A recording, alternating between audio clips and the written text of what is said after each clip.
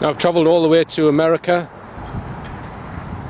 to a place called Portland in the state of Maine, and I'm going to meet and interview Peter Hyatt. Peter Hyatt is an expert on statement analysis, and he actually gives lectures and teaches people how to analyse witness statements. And we're going to be discussing the Madeleine McCann case.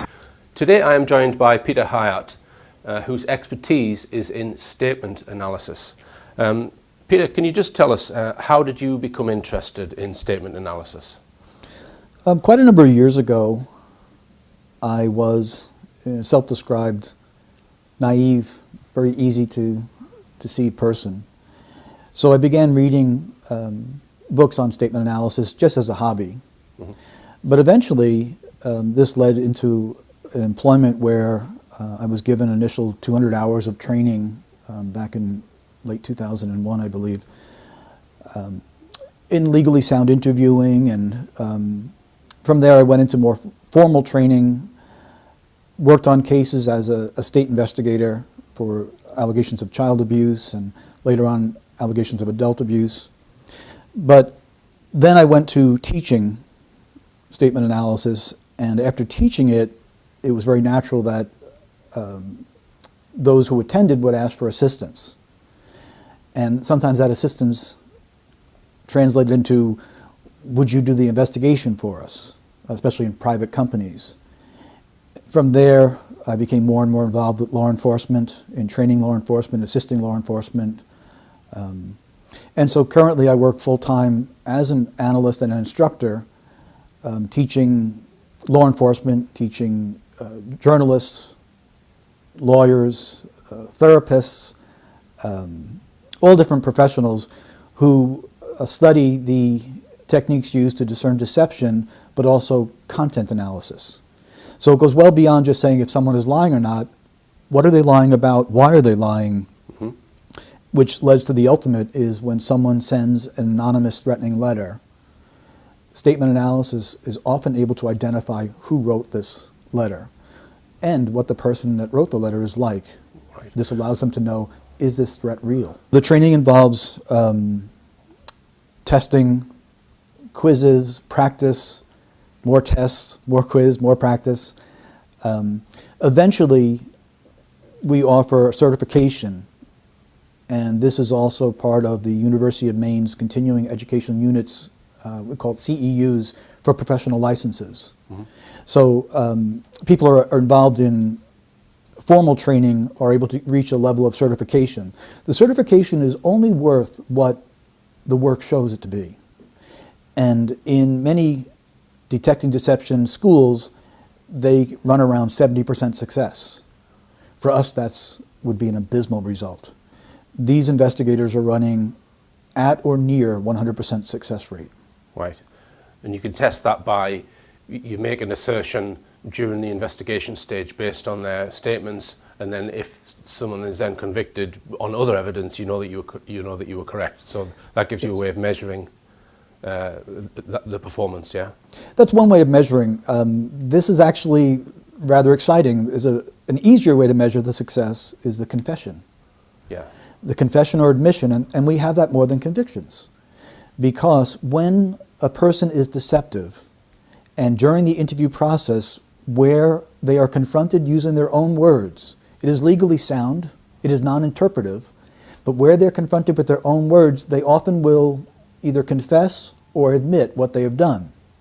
Now, the difference between a confession and admission is legally we need one or the other, but an admission is to acknowledge what one has done. A confession would say, what I've done is this, plus it's morally wrong. We don't need a confession, we do need an admission. Mm-hmm.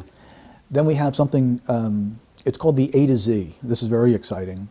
An A to Z is where an investigator, say in law enforcement, receives a report of an allegation. Someone has stolen. And before any of the interviews or any of the investigation begins, the person who is accused of stealing is told to write out what happened. They are to sit down comfortably, choose their own words. They're given bottled water in a comfortable setting. There is no threats. There is no coercion. Please tell us in your own words what happened. The person says, well, where do I begin? Wherever you feel comfortable beginning. So we don't introduce any language to them or any words. Person writes out what happened. If we then take that statement and properly analyze it in a scientific method, meaning we expect the same results, putting in the same data repeatedly, the investigator can now know this person did it, when he did it, how he did it, why he did it. So now a lengthy investigation has been shortened greatly. And A to Z is this, is the person is then interviewed based on their own words from that analysis. It's called analytical interviewing. No new language is introduced. The subject is not threatened at all. The subject is not interrupted. He is allowed to speak freely about what happened. When he reaches a point where he is caught by his own words, he often will admit what he did. When he admits what he has done, the investigator then takes the analysis, hands it to him, and says, review this for me. And there's often this type of unity between the investigator and the now suspect, where the suspect shares, oh, your analysis was correct here. Yeah, you're right. I did hide the gun there, and they're able to go through it. That investigator is now filled with resolve and confidence that he takes into other investigations. So it is fantastic traction for their careers. It's a strength for truth, and it becomes a lesson like no other. The expression, giving someone enough rope to hang themselves, comes to mind. That would be a good way of using it. They made their own rope with their own words. We didn't hand it to them in that sense. So it's legally sound. Right. And obviously the police have the benefit of being able to put someone in that position and not force them to be questioned, but request them to do that. But certain cases that have been high profile in the media, we don't always get that. We don't always get the luxury to be able to put a subject in an interview type situation to write out their version of events. We go by snippets that have come out in the media, and we are going to come on to a case shortly. Can you recall what the first case you looked at was?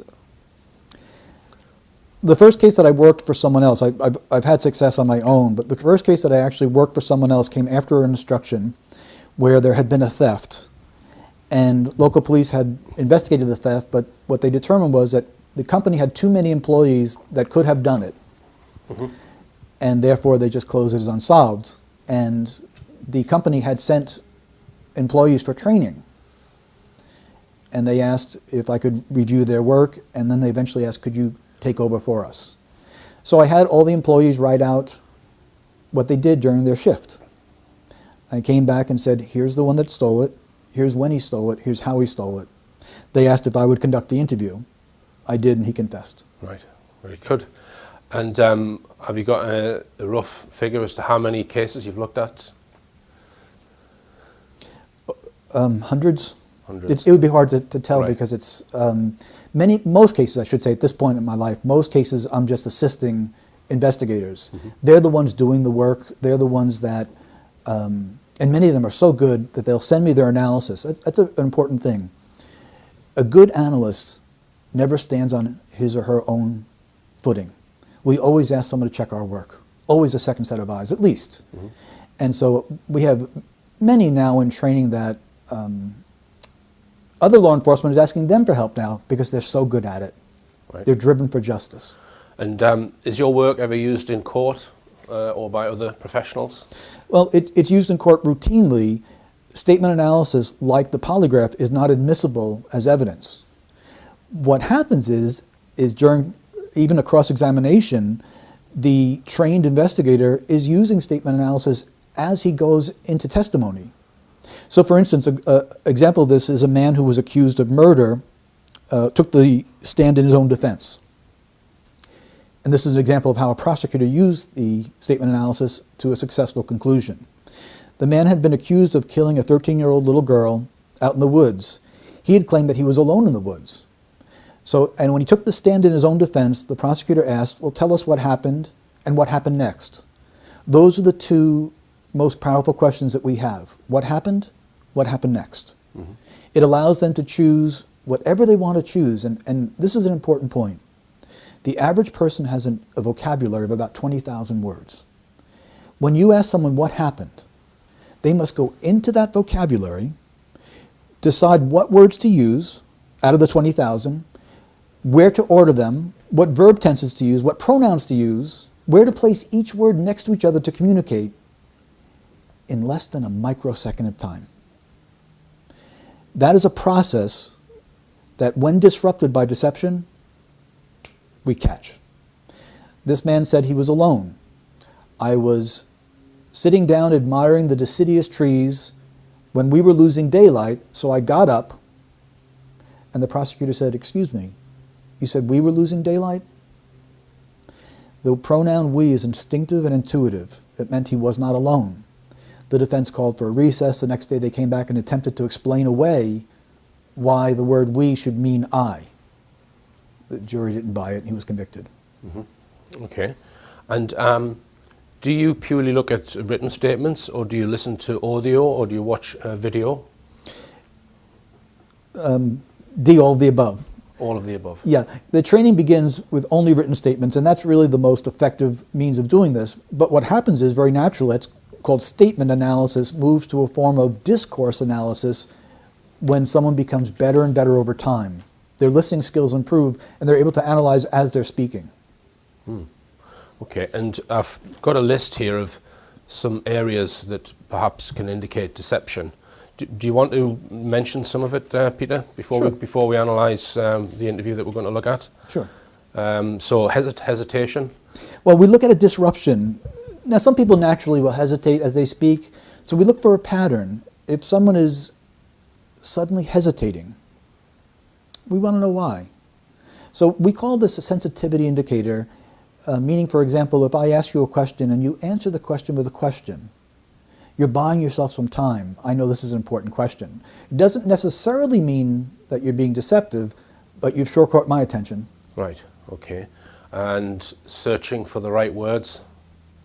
Well, thoughtful people can do that, but when they are under certain context, like in a missing child case, we want to know what is the relationship between the missing child and the subject speaking. If it is a very close relationship, we generally don't see someone pausing or searching just for the right words. They don't care. All they care about is the missing child. Mm-hmm. And diverting, avoiding questions? A common form of deception. All right. What about unnecessary expansion on certain subjects, like using woolly jargon and that kind of thing? Can that be a form of deception?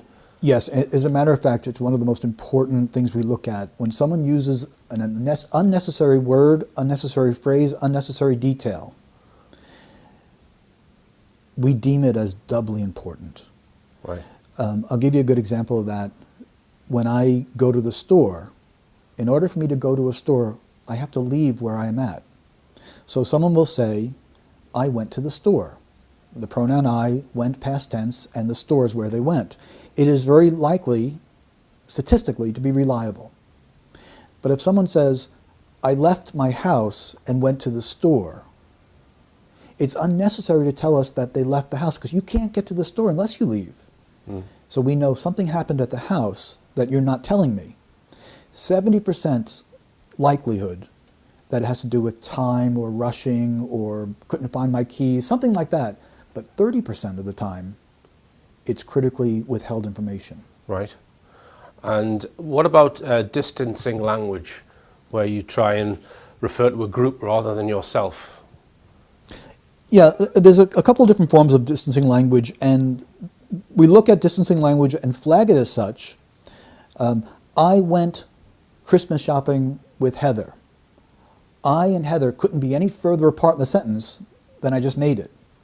What caused the distancing? Did we have an argument? Did I not want to go shopping? I could have said, Heather and I went Christmas shopping, but I didn't. So I went Christmas shopping with Heather puts me and Heather far apart. Sometimes the distance is nothing more than geographical. Sometimes it is strongly psychological. In cases where we expect very closeness, like if an assault case, a missing person case, an assault case is very personal. The language should reflect that. When someone has something happen to them where their body space was invaded and they were harmed, there's a hormonal response that's always going to show itself in the language. So when someone says that they were assaulted and there's distancing language, we look for deception. Okay. And what about the use of the word would? I would have done instead of I did do. Sure. It's one of the things that deceptive people use, and here's why. I said before that the average person has 20,000 words in their vocabulary. A more intelligent person might have 25, even 30,000 words. And when you ask them what happened, they must go into their memory, and when experiential memory speaks, it is very smooth and it goes in chronological order. A lie will disrupt that, and that causes internal stress. So people say, well, sociopaths don't feel stressed when they're lying. That's not true. They feel very stressed when they're lying because they don't want to be caught. So to disrupt that process is very stressful, and those that are really good at lying will use a substitute of words. So one of the things they'll do, instead of saying, I did not use performance-enhancing drugs, they say, I never used performance-enhancing drugs. I would never. And what they're doing is they're actually distancing themselves from an actual denial. We saw this many years ago in Lance Armstrong, where he repeatedly used the word would never or never. In all the years that I watched his interviews, all the transcripts that I've seen, not once did he say, I didn't use performance-enhancing drugs. He avoided it. And what about qualifying words which change or weaken a statement? Tell us about that. Sure. It can be used appropriately, it can be used inappropriately. If I said to you, I locked my keys in the car, you can be confident that I know where my keys are, they're locked in the car.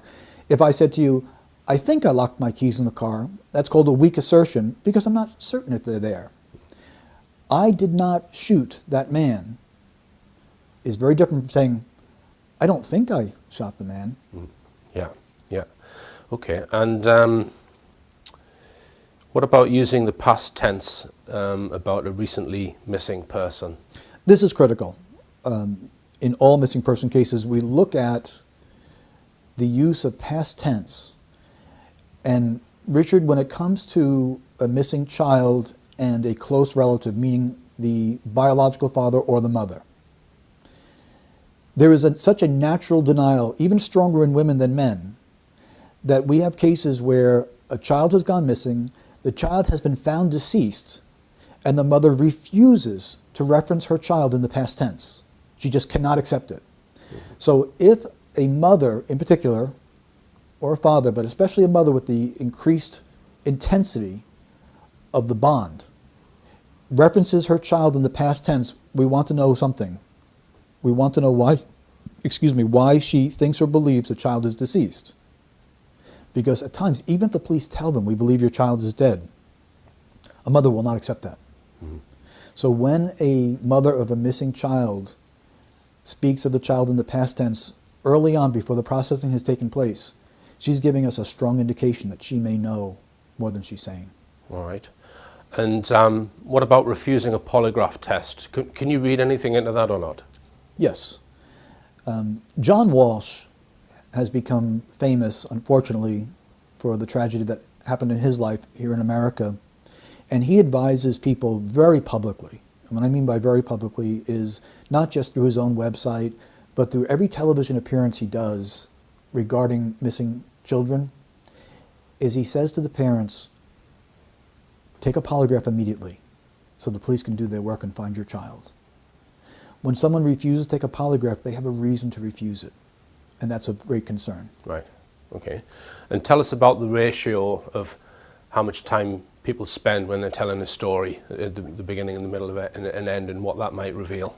Sure. We actually measure the content of someone's account. And a truthful account will generally be broken down into 3 parts. If your child went missing, and I were to ask you questions about it, the most important thing to you is your child missing. That's what you're going to talk about.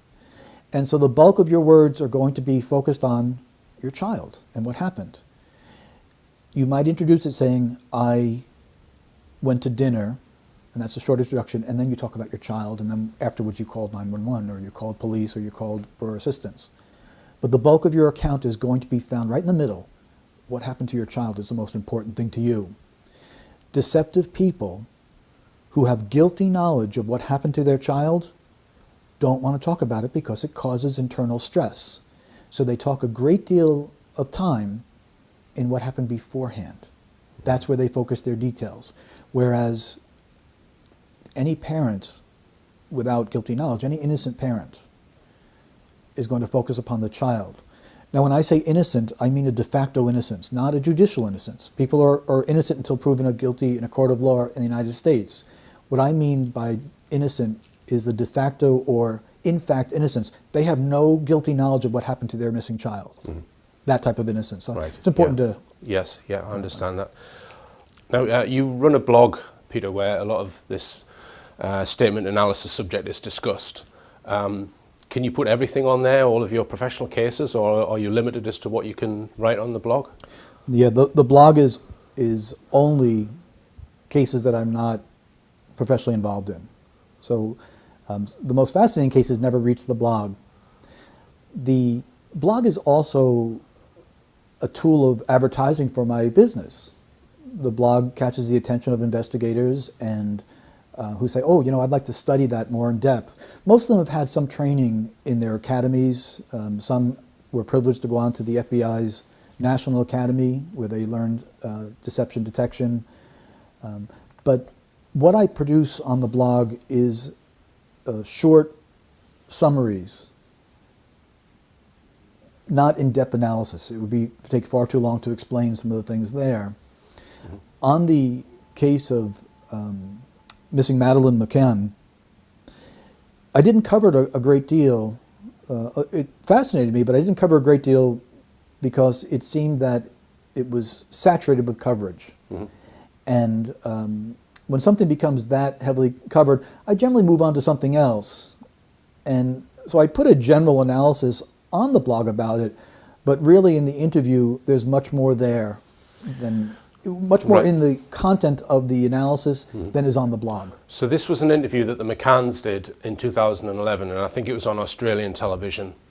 And you did an analysis of that interview, of what they said in that interview, of their statements. So you transcribed the interview first, and then you've put your analysis on the blog. So why did you choose that particular one? Was there any reason, or was it just the first one you came across? Was there any reason why you chose that one? Because they've done a lot of interviews. Yeah, this was one that someone sent the transcripts to me. Right. Transcription services is expensive and it's time consuming. I can't do that. I can't go that. So there are people that are associated with the blog who will send trusted transcribed interviews to me, and I have to make a decision at any given time. What do I have enough time to go into? Mm-hmm. I also have to weigh in is that if I get involved with this and law enforcement sees it and contacts me, I've got to delete it and try to assist them. Sorry, you have to delete that. Why would you have to delete it? You mean on that case if they get in touch with you? On any given case, if law enforcement requests that it not be there, that it could hinder the investigation, I take it down. Oh, I see. So let's say that people who were investigating the Madeleine case weren't happy with that and asked you to take it down, right? I see. Yeah. Or if and this has happened before too, is where a police department will say, I saw your analysis, it's really good, could you help me on this case? I delete it, because I can't comment on something that's going to be adjudicated. Right. I don't ever want to interfere with justice. Justice comes before anything else. Right.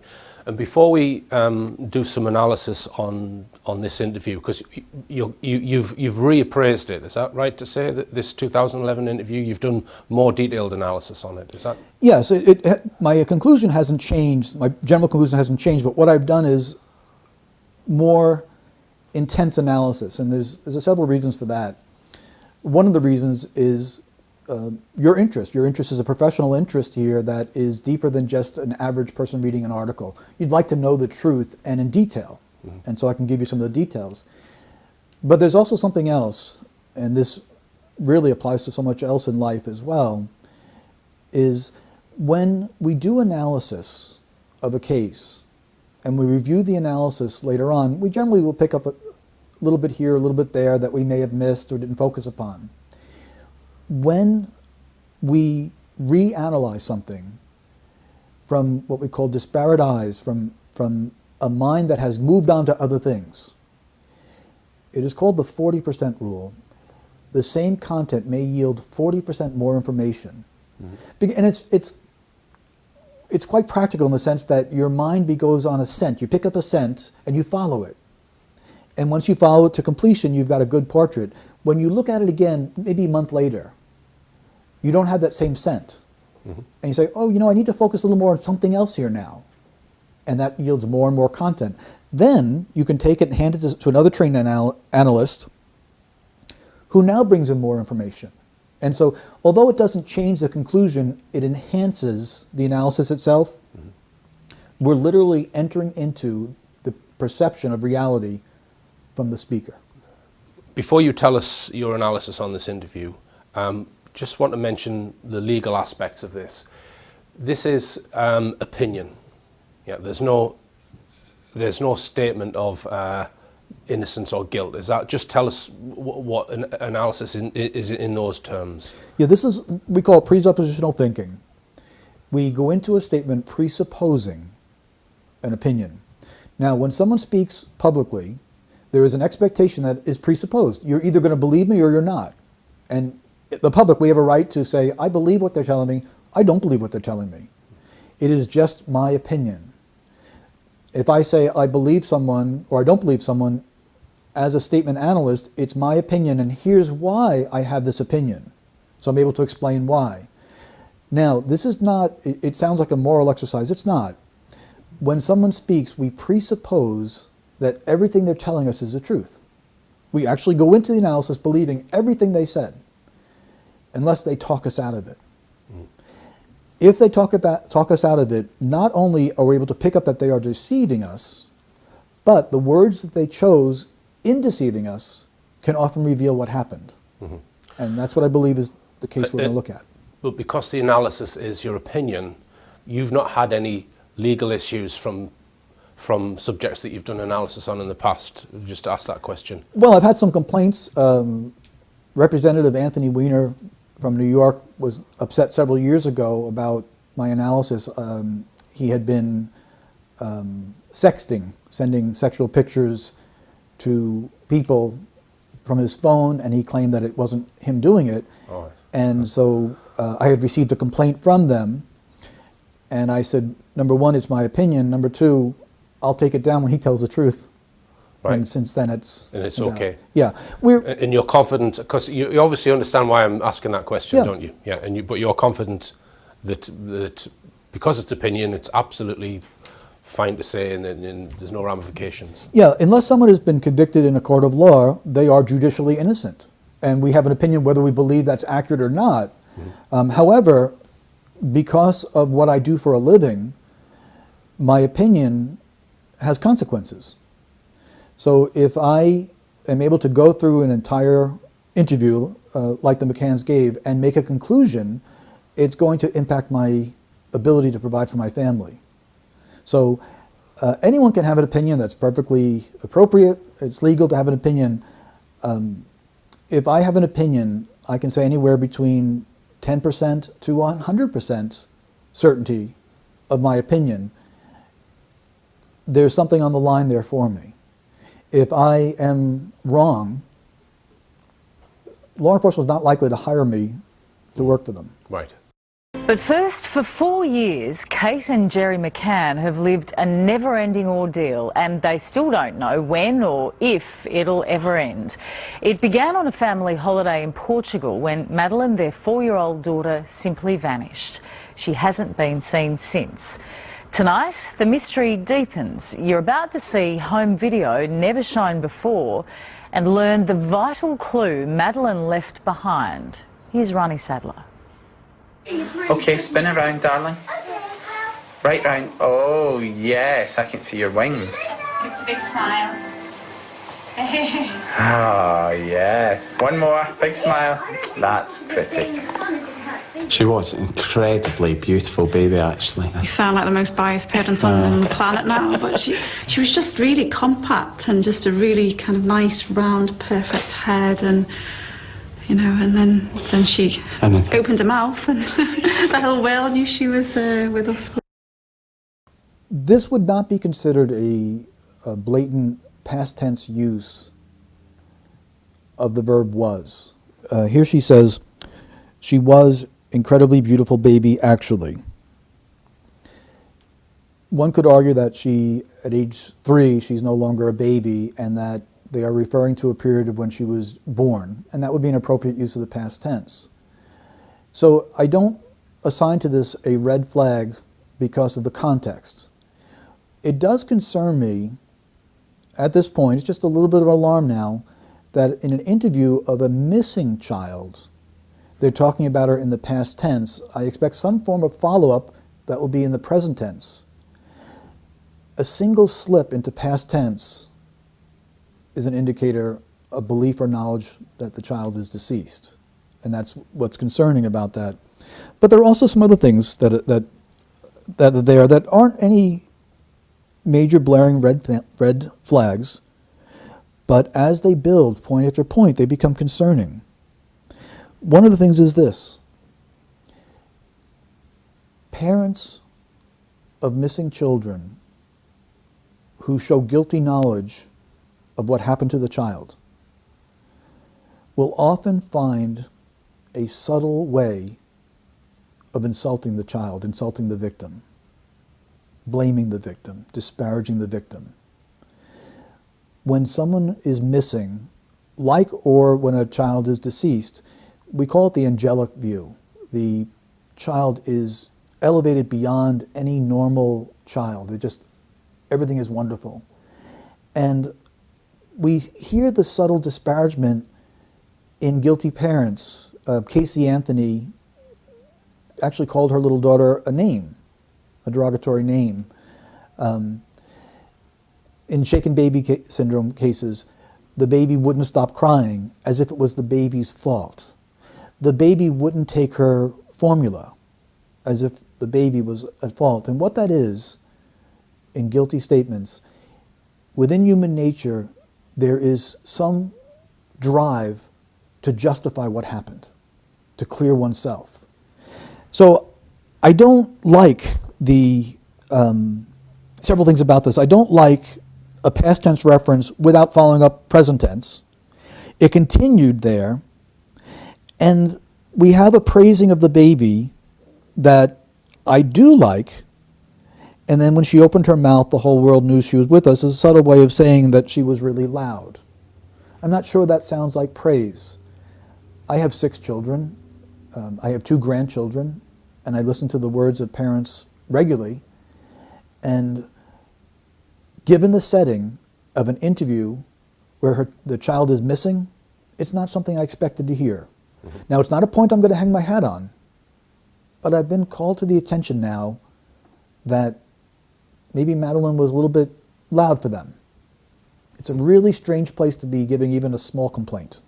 She had McCann level volume, there's no doubt about that. Clap your hands together, 1, 2,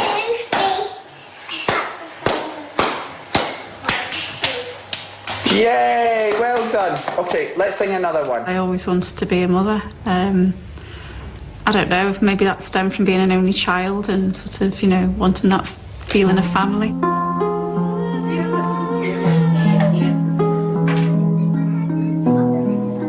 Madeline was the daughter Kate and Gerry McCann always wanted.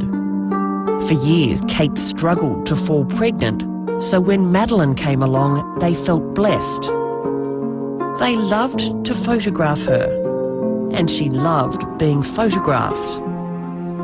This is the last picture of Madeline, taken 7 hours before she disappeared. There's a photo of her that afternoon that was taken at 2:29, I think, because we've got it on the digital camera. And she was just sitting by the pool with myself, and we've both got our feet just paddling, and she is so happy. I am concerned, again lightly, but it is increasing, and here's why. They're speaking in terms of nostalgia. This is what we do when a child is not coming back. They are waxing nostalgic about a child that's missing. And this is going to become right now, a very minor point is going to become a major red flag for deception. If you were able to put yourself into their shoes, which is what we always do, put yourself in the shoes, what would you be like? What would you be like if your child was missing? And this is what is terribly missing from the interview. Statement analysis deals with what one tells us. It also deals with what one doesn't tell us. When parents of missing children have no involvement or no guilty knowledge of what happened to the child, their focus is on what the child is experiencing now. Does she have her favorite blankie? Does she have her teddy bear? Is someone looking at her warm smile? Are they kissing her? Is she scared at night? They are consumed by these thoughts. These people are speaking as if they have already processed something, which is her death. It's been 1,543 days since Madeleine McCann vanished. To keep Madeleine's case alive, this private couple has revealed more of themselves than ever before. Kate and Gerry are both doctors.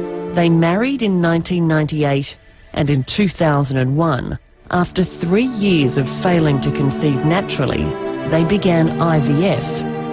18 months later, on the eve of another hospital appointment, Kate did a home pregnancy test. A little line appeared on the test. You know, I'm a doctor and it says on the box any kind of line is a positive, but I was like, oh, I'm not sure. But there was that faint kind of... Showed it to me and I'm like, it's definitely. It's definitely. No question. And obviously we had a scan and there's a little beating heart and that was our little Madeleine, you know, so... Who's that present for? That's for Auntie Claire. Are we going to post it today? No. We are. There's in a letter. Who says uh-huh? Say yes, Daddy. Yes, Daddy. Okay. And then, in May 2003, 3 became 5. When she first saw the twins, she was just ecstatic. Absolutely ecstatic. Oh, we took a very big tonics. Santa was some crinkly toys. Oh, Alice. Felt blessed, really, at that time. You say the family felt really complete. You know, we did feel incredibly lucky.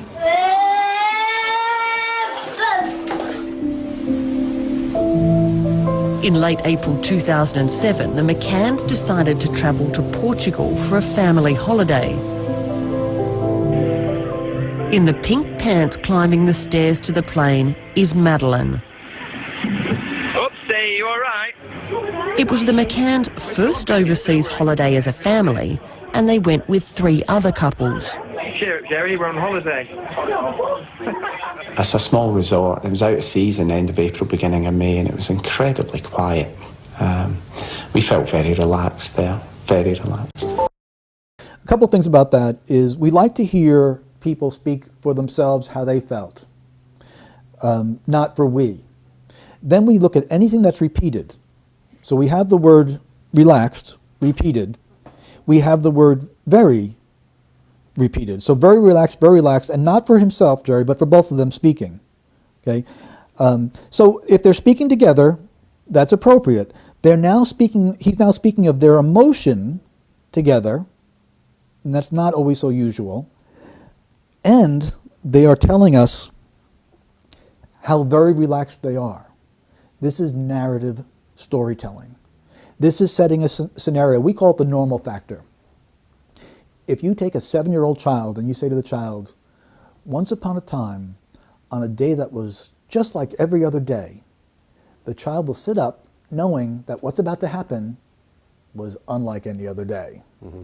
That's called the normal factor. If someone says, I'm a normal man, what they're saying to you is either they themselves or someone else has said, you're not normal. Okay? It's unnecessary. Well, here, what we call this as a need to persuade that this was a normal day is telling us he knows it's anything but. Mm-hmm. That's storytelling. That's when those in law enforcement will say, I feel like they're storytelling. They're actually narrative building. They're bringing your emotions into an account. Instead of saying, my daughter's missing. I don't know what she's experiencing. I don't know who she's looking at. I don't know if they're giving her medicine. With that urgency, not only did they wax nostalgic, but now they're allowing you to enter into their emotions, and I want you to make sure that you understand my emotions were very relaxed. So at some point you say, wow, you sure seem to need to convince me that it was a normal, relaxing day. Why do you have to convince me of that? In the evening, the children were put to bed by 7:30, before the adults had dinner together down at the pool. From where they ate, Kate and Gerry could see the back of their apartment and left the door unlocked. If you measure it directly from the back of the apartment as a straight line to where we're dining, it's only 50 metres. 50 metres? That's a direct line. 49.4 on Google if you want to be really specific. Okay, now one would say in defense of them is that, hey, they've been accused of neglect. And they're defending themselves, so much to the point that Kate went online and Googled it and found out exactly the distance that it was away. There's a problem with that, however. She's missing. I expect them to talk about not defense of themselves, but concern for her right now, at this moment of the interview. It's not there. Statement analysis deals with what one says and what one doesn't say. Now we're being given a lot of detail about the distance. Before I was given a lot of detail about what Madeline was like. I've not heard yet a single detail about what Madeline is experiencing in the hands of strangers. But the proximity was very close. This is insightful because, first of all, the word but will refute what just preceded it or minimize what preceded it. But this is insightful. I simply ask a listener to answer this question for me. Who are they most concerned about? Are they most concerned about Madeline or about themselves? How can they not be concerned about Madeline? How could they even care? They should be really accusing themselves of neglect. The fact that they don't accuse themselves of neglect but are justifying themselves tells you something else. Not only do we not have concern for Madeline, we have concern for self. Why would you be concerned for self?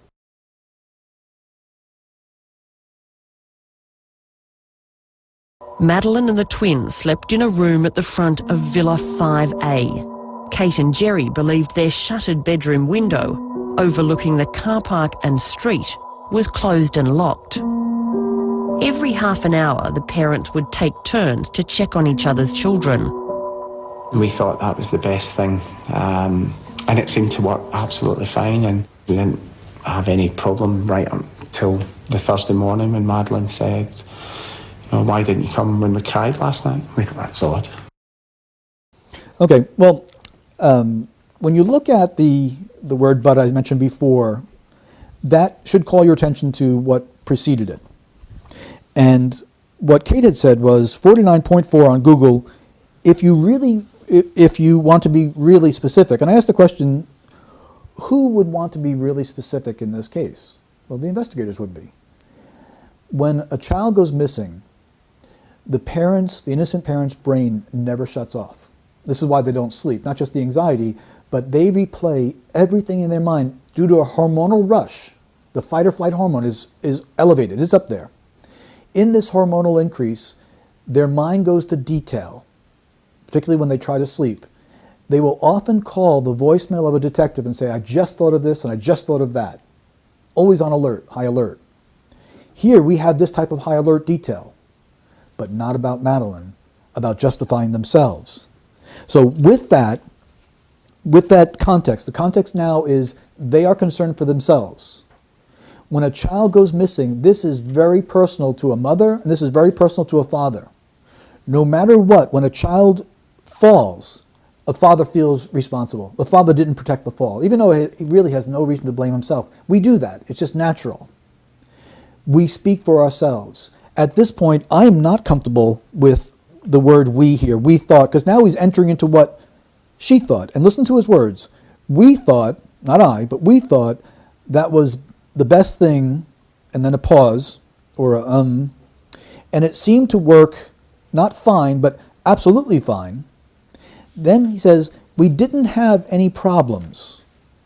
Now, when we ask people what happened is limited to a finite number of things, and they will choose which is most important to tell us. When someone tells us what didn't happen is an infinite number of things. So when they tell us what didn't happen, we are on high alert now for very, very possible deception. And here's what we have. Until Madeline said, or when Madeline said, why didn't you come when we cried last night? How old was Madeline when? Yeah, three, nearly 4. Yeah. Sure. As a parent, as a grandparent, and someone who taught parenting classes for years, many years ago, children are by nature narcissistic. A child will say, when I cried, not we. The child is not going to show concern at that age for little babies, unless, two things, unless the child is a little bit older, 5 or 6, and the child is parentified, meaning the neglect in the home has been so severe that the 5 or 6-year-old is being the parent to others. Mm-hmm. And you'll see this in child abuse cases where a neglectful mother will say, look how she can cook her own meals on a little hands that should never be near a stove or an oven. The neglectful parent is boasting about it.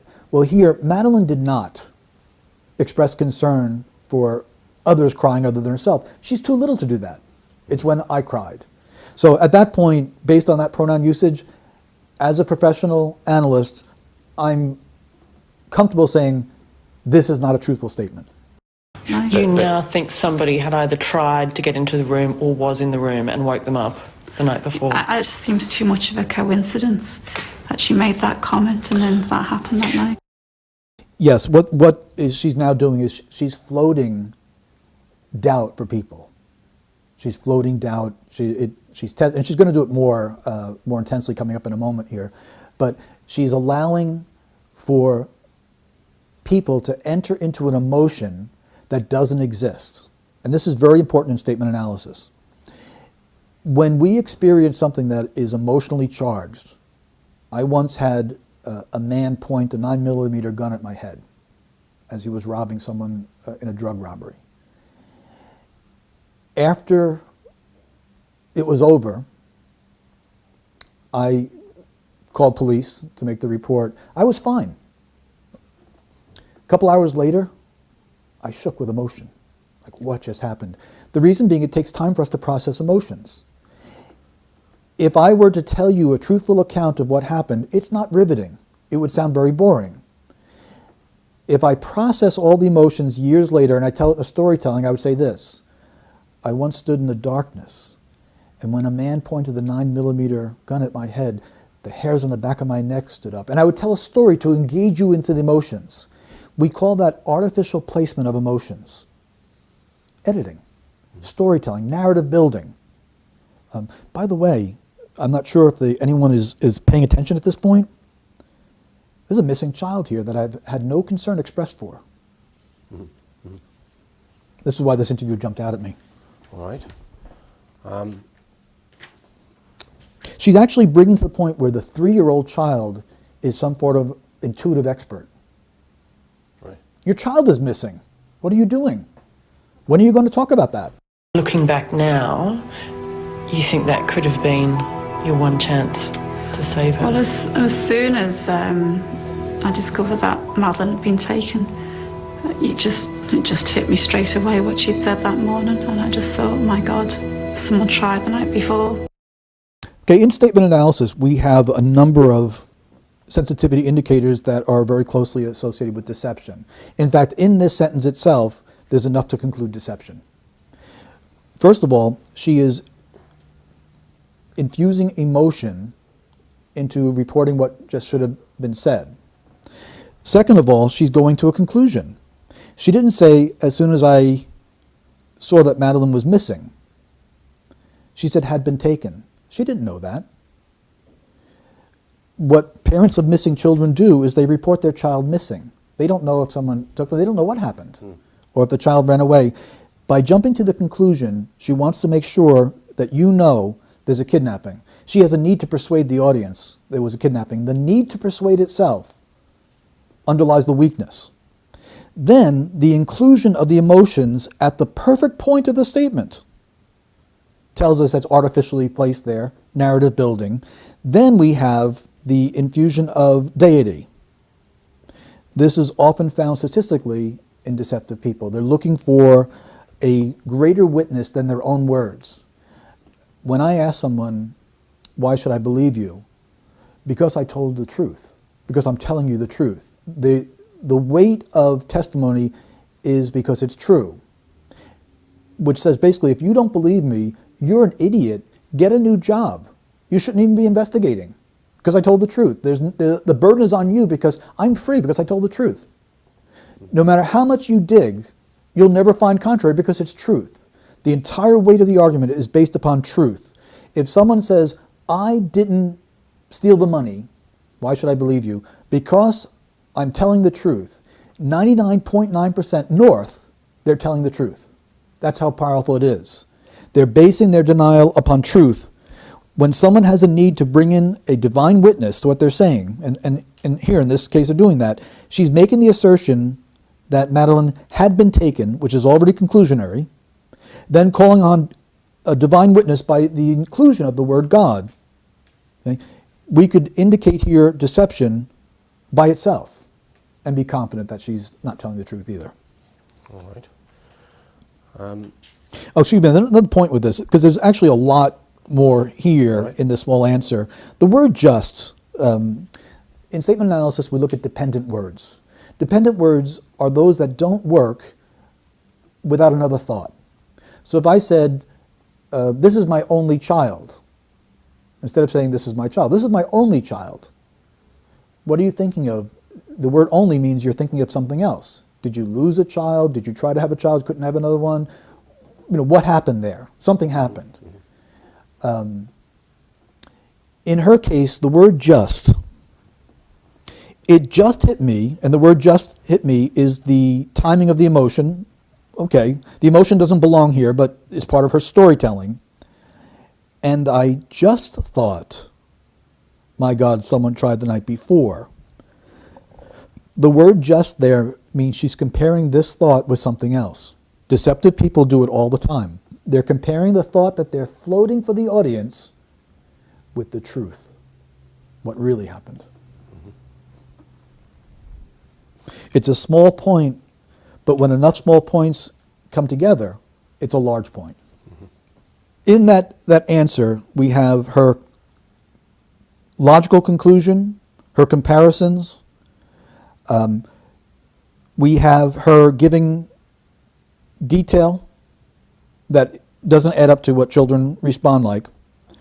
And we know that at this particular point in the statement, her concern should not be what a 3-year-old thought, but what my 3-year-old is going through right now. And that again is missing. On Thursday night, Kate put her daughter to bed for the last time. But my memory of that evening is really vivid. I mean, she was really tired, but she was just cuddled up on my knee, and we read a story. And we also had some treats. We had some crisps and biscuits.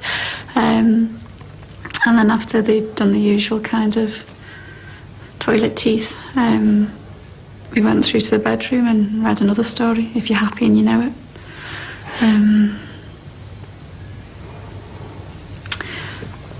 Yeah. When she moves into experiential memory of what happened, she can choose anything she'd like to tell us. The words she chooses are going to be important. So my memory of that evening, first of all, we have the word that, which distanced herself from that night, and which could be appropriate because it's chronologically it's distant. She said, it's really vivid. It's really vivid.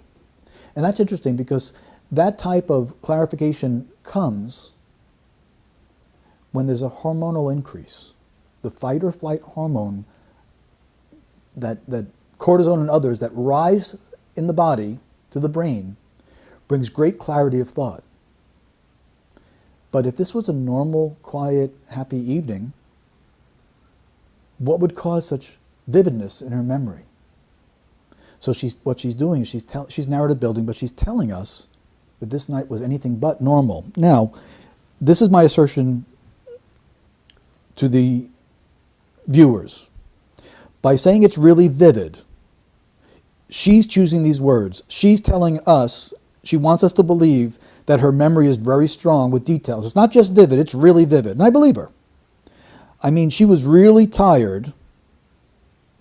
Now, she is using her own words. We must believe her. We must listen to her. I believe that her memory of that evening is very vivid because her hormones were on super high alert. I believe that Madeline was really tired, and that Madeline's tiredness is important to this case enough that she's mentioning it here. We should be listening and believing her. But she just cuddled up on my knee, and we read a story. And we also had some treats. This is a portrayal of a really good mom. Okay? Now, I'm asking the viewers to enter into not reality, but the verbalized perception of reality. She's telling you, my memory is really strong for a reason. I believe her.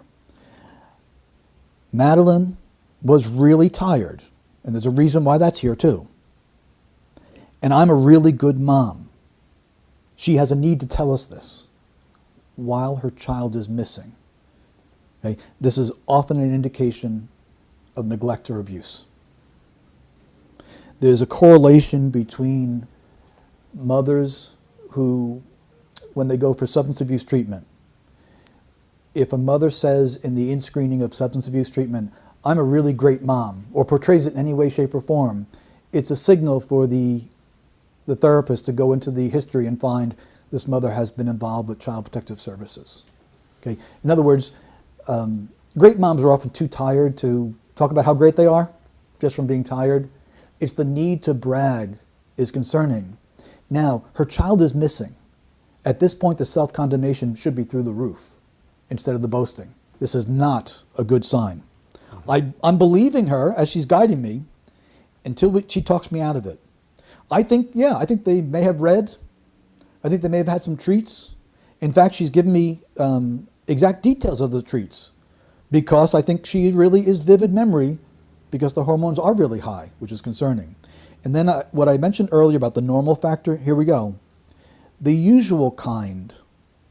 In other words, it's a normal, usual night.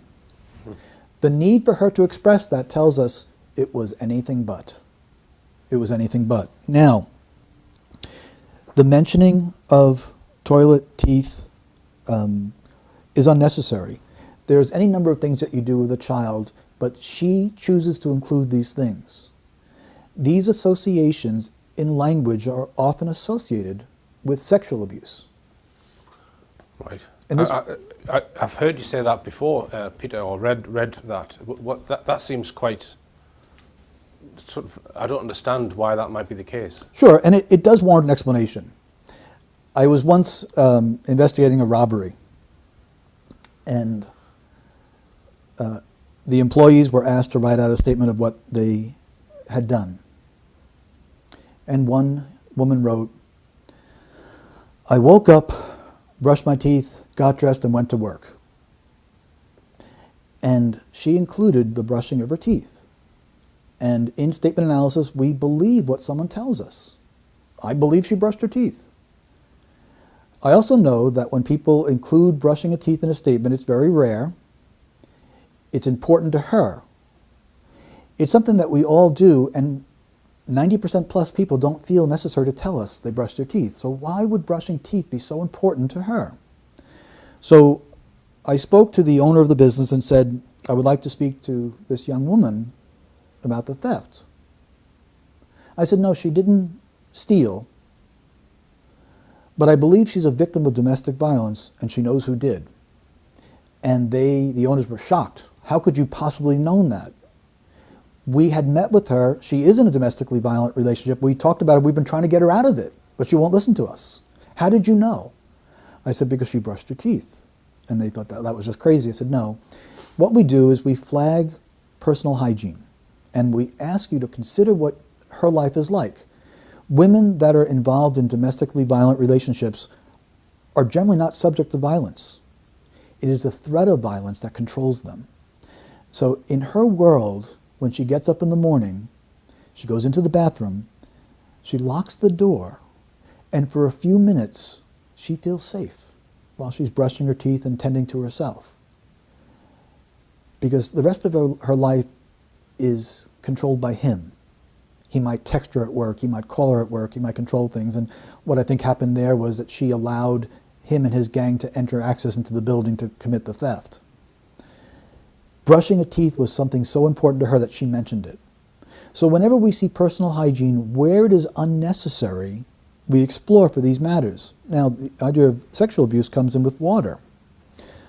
School teacher notices that little Johnny comes to school every day and he's always clean, but before every snack or after every snack we got him to wash his hands. Like all little children, that's just kind of a norm. One day Johnny comes to school and he washes his hands without being asked and washes them again and washes them again and washes them again, and the teacher says, uh-oh, something's wrong. There's a dramatic change in his behavior and has to do with water. Okay. What they have to explore for is the possibility of sexual abuse. When a child is sexually abused very early on, in the bedroom by a trusted family member, the child's sensory is different. And someone may be 40 years old and say, when I went to the store, I opened the door and went in. You can't go to the store without opening a door. Why would he mention door? Because in his brain, there is an association with the sound of an opening door that's with him forever. Because the opening of a door sound may be associated with when he was sexually abused, or she was sexually abused. So we believe what someone tells us. I believe that, they had this personal hygiene with every 3-year-old goes through it. But her inclusion is telling me something's wrong. Remember the context also. Her child's missing. She hasn't mentioned a thing about what Madeline's going through, but she's talking about Madeline's hygiene here with detail. So I believe what she's telling me in that sense, but I know there's a reason why she's choosing these words. Then when she says the usual kind, what she's telling you is something unusual happened between her and Madeline that night. Right. Now, Right. I asked them to consider that. Now, go back and listen to her words. My memory of that evening is really vivid. I mean, she was really tired. And I think that investigators should consider the possibility that Madeline was given something that made her very tired so she would sleep and not disrupt the dinner. That is not uncommon. In fact, this is somewhat sad to report.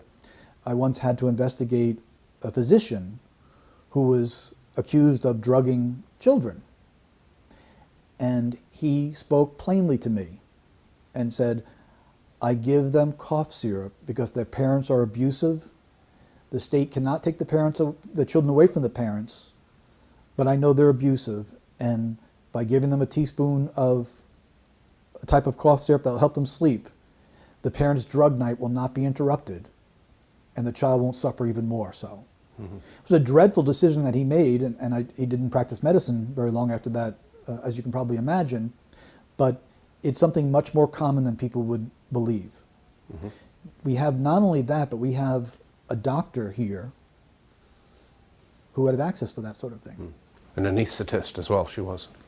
She was an anaesthetist as well. I didn't realize that. Right. Many examples of how this works out. When someone is accused of sexually molesting a child and the man says, I'm a normal, happily married man. What he's saying is, I don't deny the sexual molestation, but I want you to think I couldn't have done it because I'm married. We're married people, still sexually abuse children.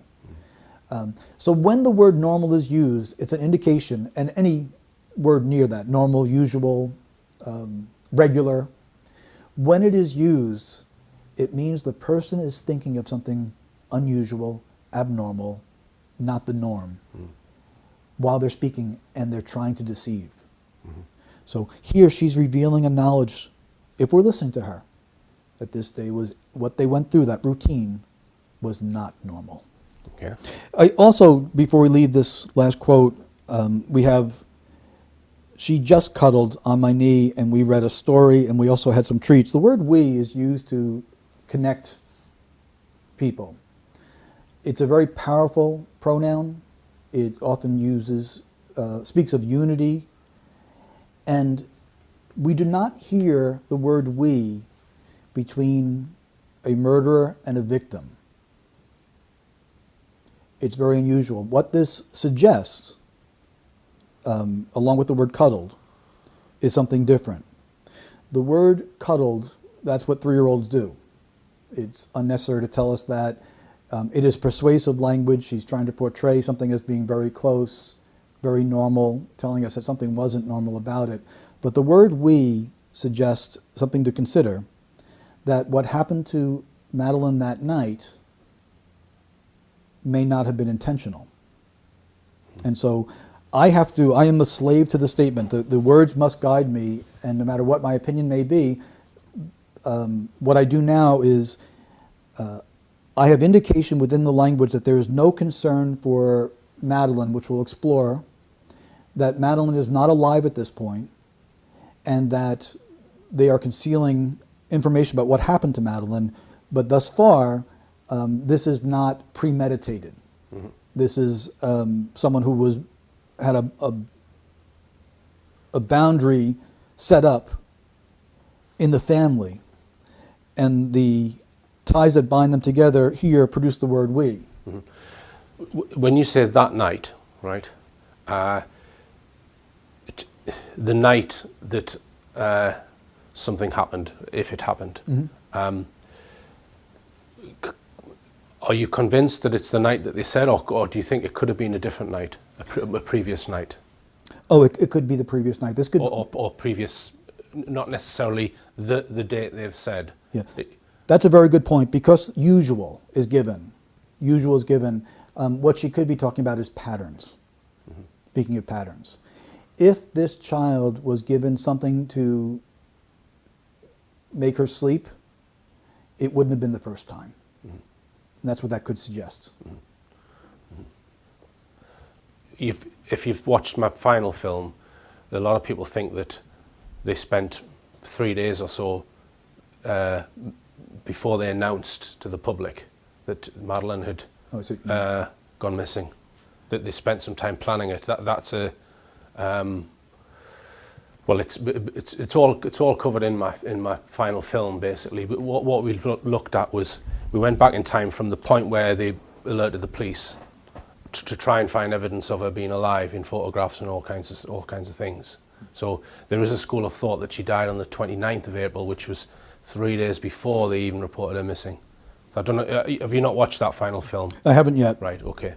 All right. Right now it's not supported by the language, but the reason I mention it is because what I do is I have to be open to anything that comes in, and what I'll say is the language will affirm that, the language will deny that, or the language won't address it. It's called a temporal lacunae, a jump over in time, and at this point I don't see a deliberate attempt to jump time. Okay. And if it comes up later, I'll grab it, but I don't see it at this point. All right. At 9 p.m, Gerry checked on Madeline and the twins.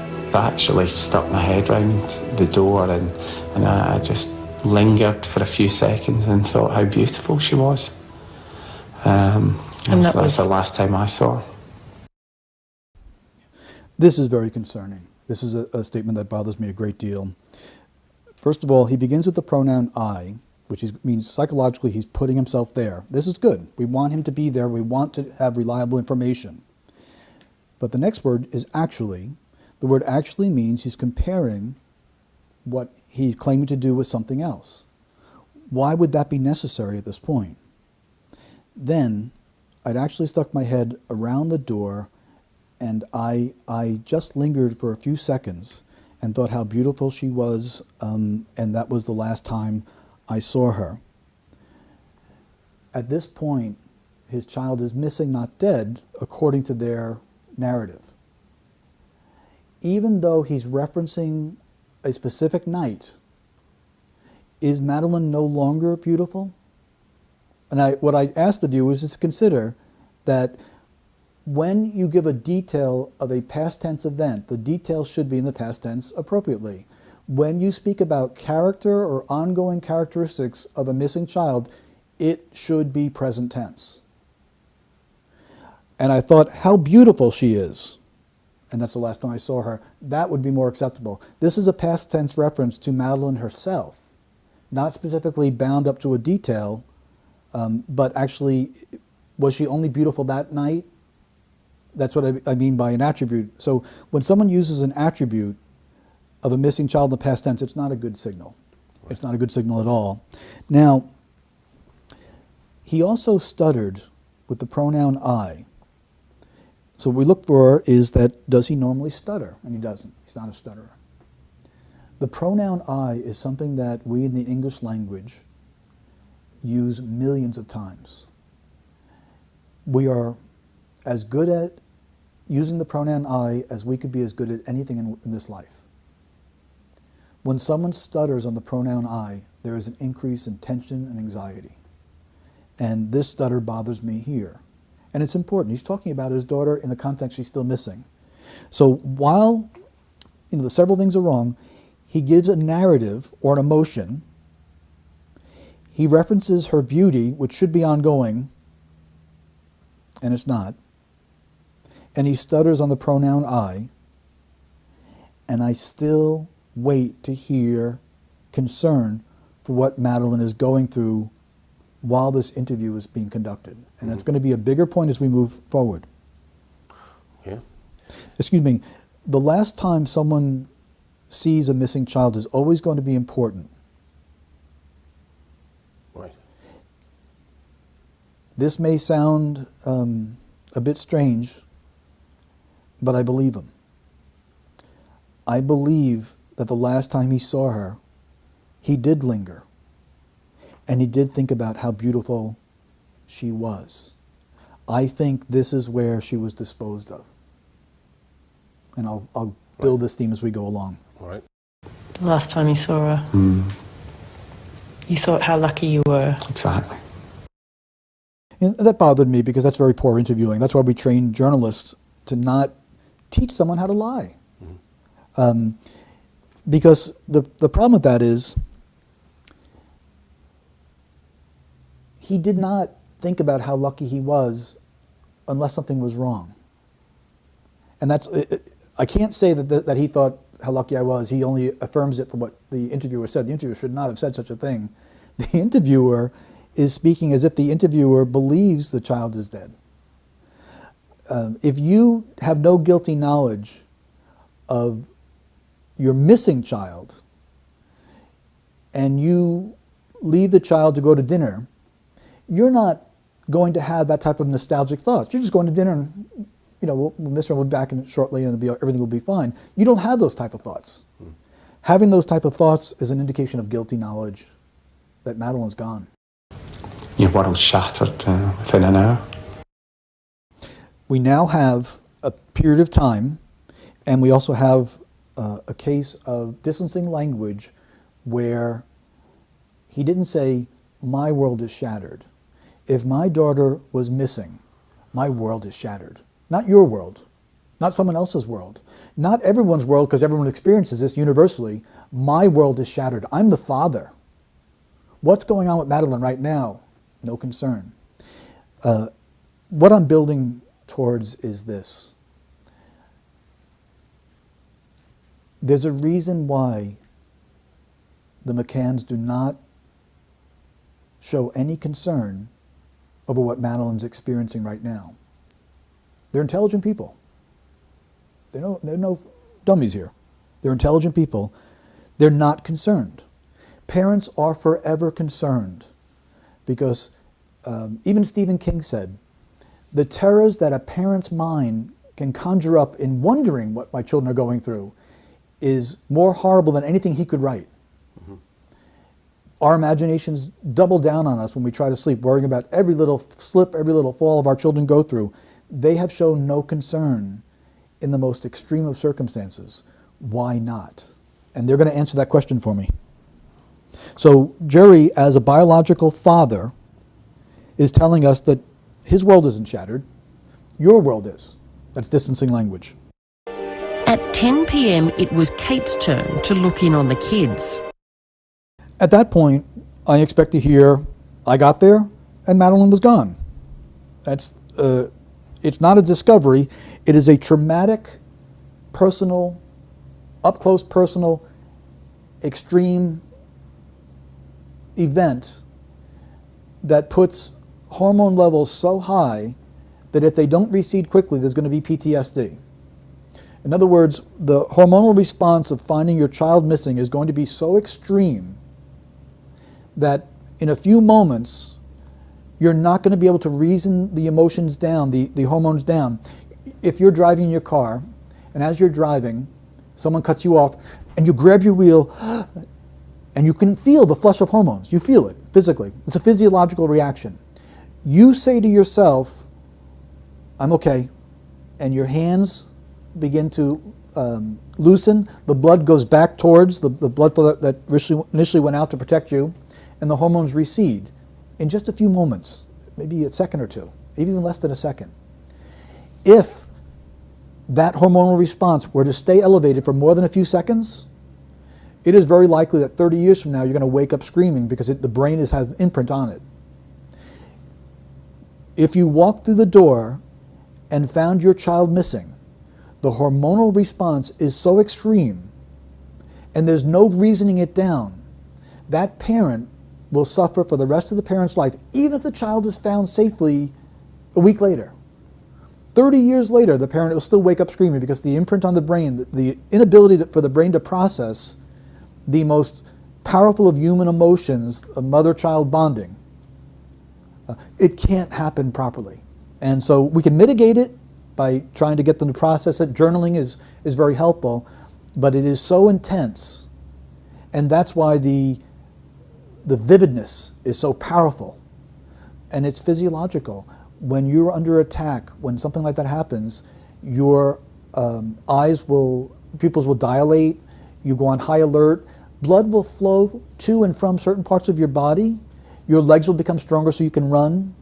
The blood goes away from the internal organs so that if you're knifed, you have a better chance of surviving. The hairs, people say the hair on the back of my neck stood up. It's actually true. Piloerection it's called. It is some kind of built-in mechanism to make us look bigger and stronger. Those are the type of reactions that you will have if you find, or I will have, if I find my child being missing. She tells us I had that type of reaction with the conclusion that everything was normal. You can't have it both ways. This is a disconnect that means she's not speaking from experiential memory.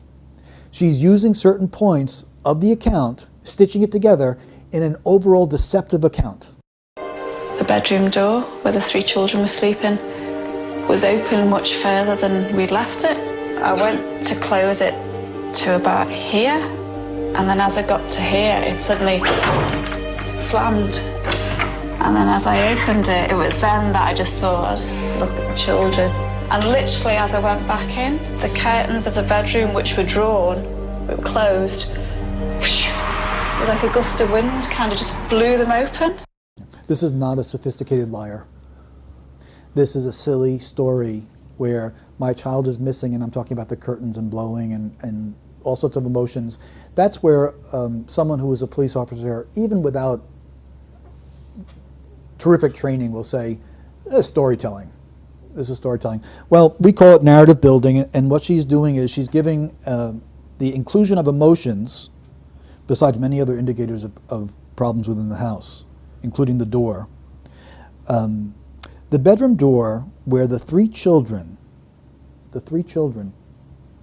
not my kids, that's distancing language there, were sleeping, was open much further than I'd left it.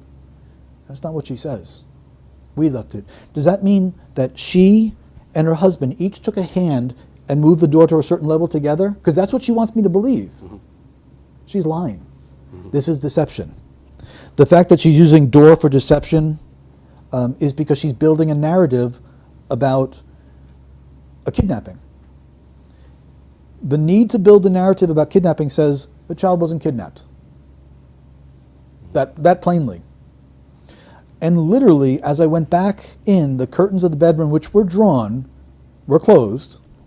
It was like a gust of wind blew upon them. She's asking you to enter into an emotional, fictitious account. This is the writing of fiction. This is something that even Statement Analysis 101 would be able to grab on. Mm-hmm. So I conclude here, deception indicated from this alone. And you mentioned here again, doors and windows are often found within language of sexual abuse. Yeah, I'm concerned. Right. I'm concerned. This is not a normal family. There are verbal indicators, and it doesn't necessarily mean that Madeline was a victim of sexual abuse. What it could be is in the language of Kate that she was sexually abused while she was growing up. This would leave her vulnerable for things such as neglect. And if you take that the next step, someone that has been sexually abused in childhood who is now vulnerable to neglecting her own children, possibly even failure to protect if someone else, like her husband, was involved in sexual abuse, we would find the need to persuade us, I'm a great mom. We were cuddling. Okay? The reason I indicated deception with that statement about cuddling is because whenever someone says, we call it the I love you factor. I kissed my kids, told them I loved them, and went to bed. Everyone kisses their kids and says, I love you, go to bed. When you see that in a criminal statement, they're telling you something is really wrong between me and the kids. So her need to persuade about the cuddling, if you consider it carefully, you must be open to the fact that she may have been holding a lifeless body and has a need to persuade, no, this was cuddling. Okay.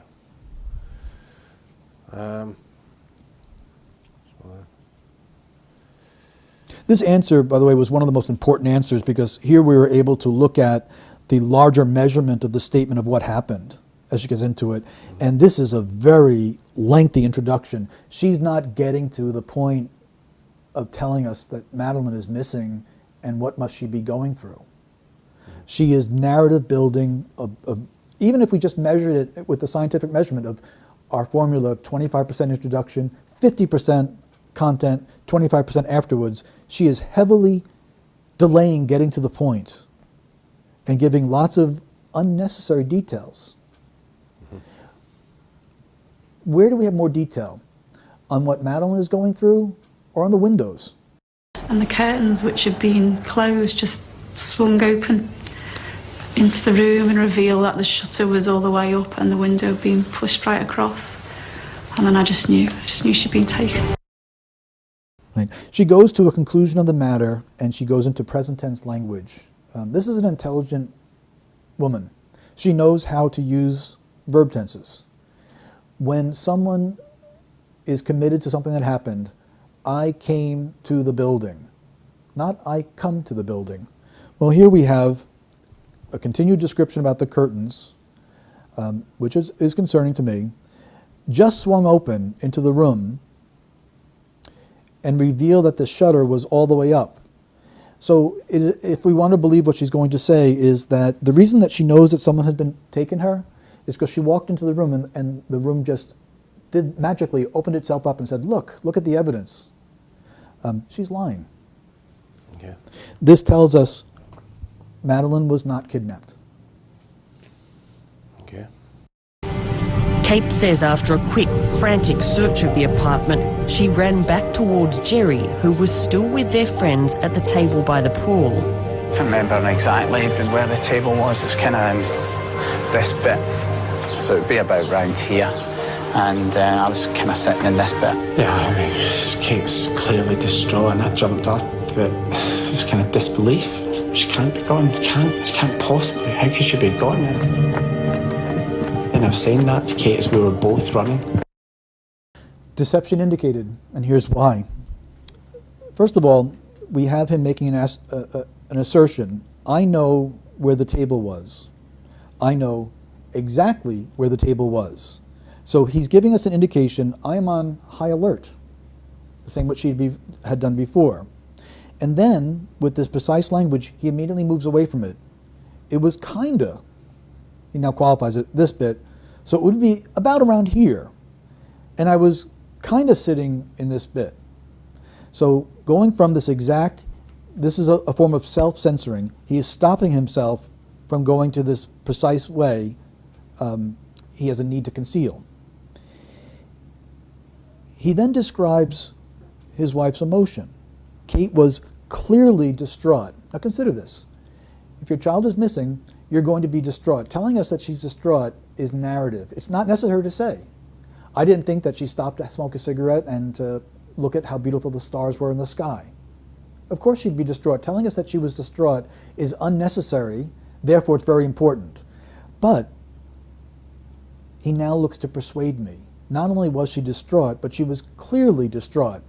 In other words, her affect of being distraught was beyond any debate.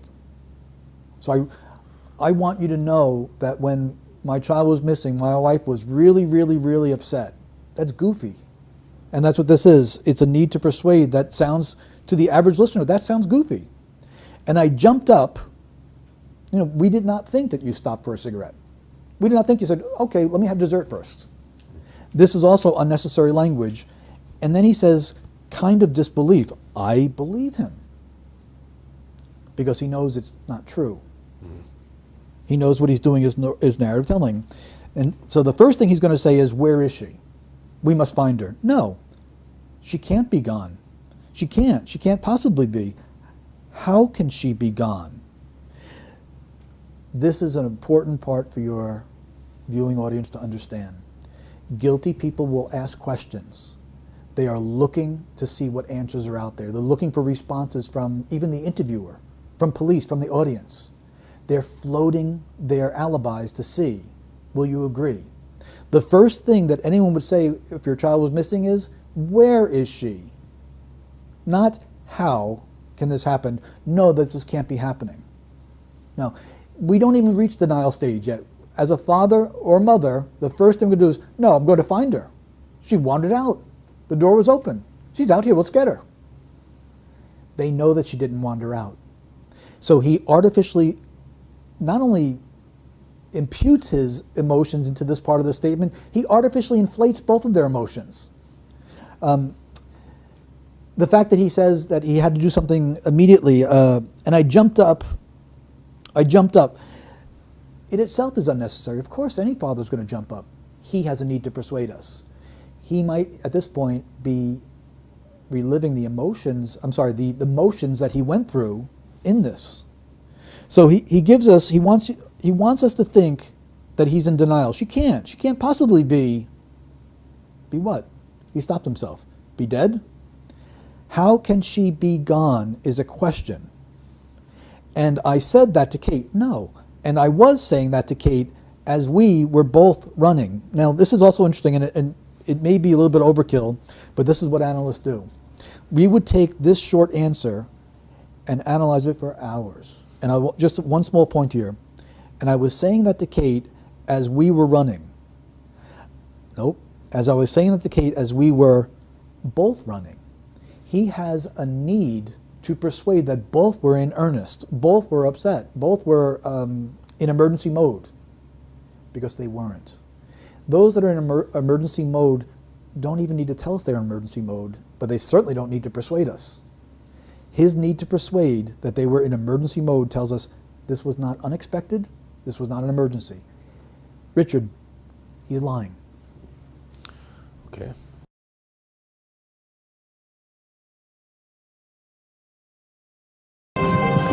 Police were called within 15 minutes, but they didn't arrive for nearly an hour. It took them another 2 hours before they bothered to seal off Madeleine's bedroom. British investigators later called it the worst preserved crime scene they'd ever encountered. Roadblocks and checks weren't put on Portugal's borders for a full 12 hours. And within days, hundreds of guests, potential witnesses and suspects had checked out and left without ever having been interviewed.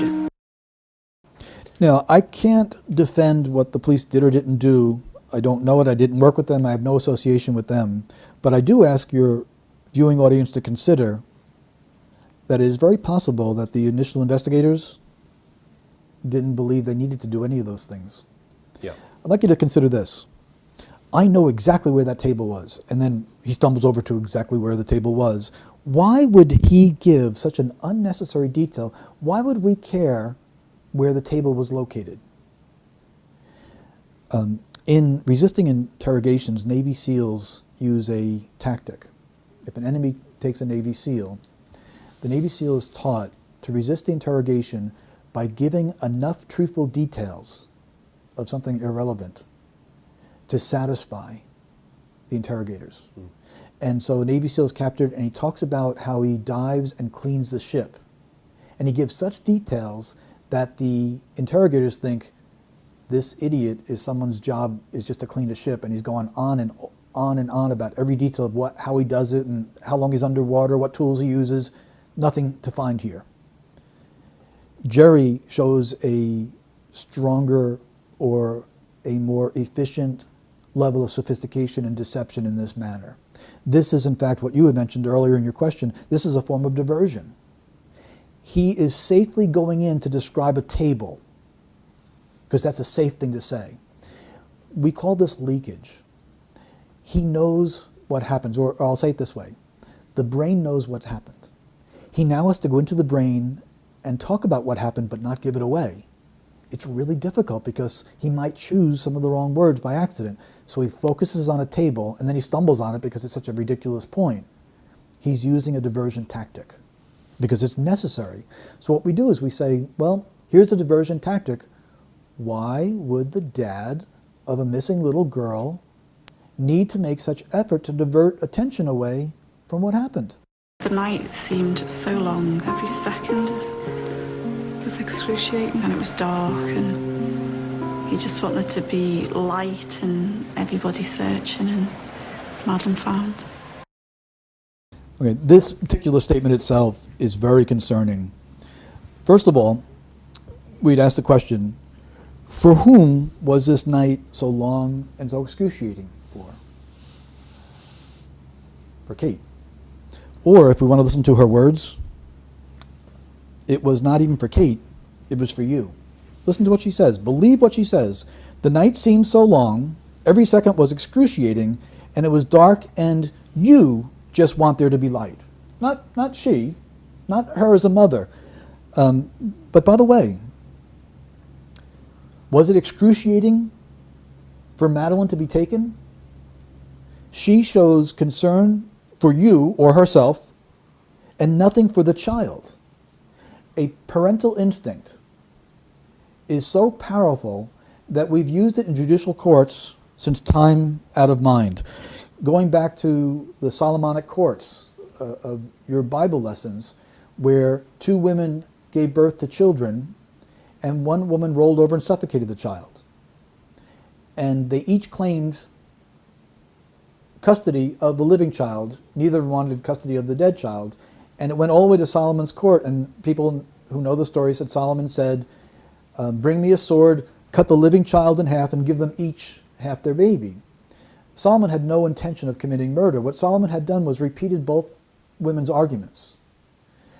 The woman who actually gave birth to the child said, let her, the liar, have the child. Let my child live. And everyone was able to see that's really the mother. He was exploiting maternal instinct.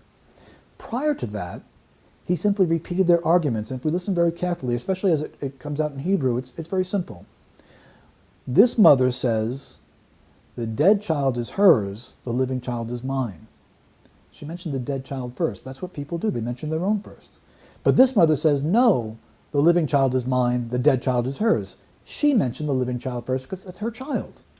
When no one understood that, when no one was listening to the order of which someone spoke, then Solomon called for the sword and said, cut the baby in half and give them each half, without any intention of murder. The maternal instinct came forward, everyone knew. They would have known before the sword was taken if they just listened to each mother. So I ask you to listen to this mother, and listen to her carefully. The night seemed so long. For whom? Every second was excruciating. For whom? It was dark, and you just want there to be light. Okay, let's find out what you want. Let's look at the order. You want there to be light, you want everybody searching, and you want Madeline found. Her priority is light for you, everybody searching, and Madeline found. Madeline is the last thing in her priority. As a matter of fact, this statement shows that someone was living in excruciating pain, someone was living in excruciating length of time, impatience, but here is where we expect her to show what Madeline is going through. Where is her teddy bear? Where is her favorite blanket? Where is her favorite toy? Not a single word of concern. Now, why would she give last in her priority Madeline being found? I ask your audience to consider, she doesn't want Madeline found. Any parent, innocent parent, would want that first and foremost. She instead turns to lights, and that would be more further insight psychologically into their own thinking. But her order tells us that the last in her priority is having Madeline found. We also see that the emotion that's used is narrative, but it's also focused towards her. However, in the pronoun you, even that she doesn't take ownership of. I think it was an excruciating night, and I think that her concern for herself is genuine because this is what I'm building towards. Mm-hmm. There's no concern for Madeline by a biological mother and by a biological father because Madeline is dead. Madeline is beyond concern. Madeline is beyond help. There's no more fretting or worrying for Madeline, and that's what's in this statement. Mm-hmm. Is Madeline crying? Does she have her favorite teddy bear? Is she getting her meds? Is she calling out for me, the mother? Is Madeline in excruciating pain? What must Madeline be experiencing in the hands of strangers? These are all things that were not in their language. Yeah. And this is consistent. This is not just one interview. These people have always been focused upon themselves. They have always given indication that Madeline will not be found alive, if found at all, and that Madeline being found is not something they want to happen. Mm-hmm. Their concern is always for themselves because Madeline doesn't need concern any longer. The past tense reference is one thing that indicates death, but this is the most powerful part of the analysis, is that they're telling us Madeline is dead. Now I know that people wondered if there was a kidnapping, if they were sold into sex rings, child sex rings, and these things do exist. That's not what's in the parents' language. So I can only say what's in that language. And I'm letting them guide me. I'm letting them dictate to me my opinion by the words that they're choosing. Mm-hmm. And they're actually going to give us more detail. Mm-hmm. Richard, they're going to confess. You think so? Oh, you mean in the subtext of the interview? You don't mean literally, do you? They're in this statement, we're going to see what we call a statement analysis confession. They actually admit to us what happened. Did you kill your daughter? No, that's an emphatic no. I mean, the ludicrous thing is what's been purported from Portugal is that Madeline died in the apartment by an accident and we hid her body. Well, when did she have the accident and died?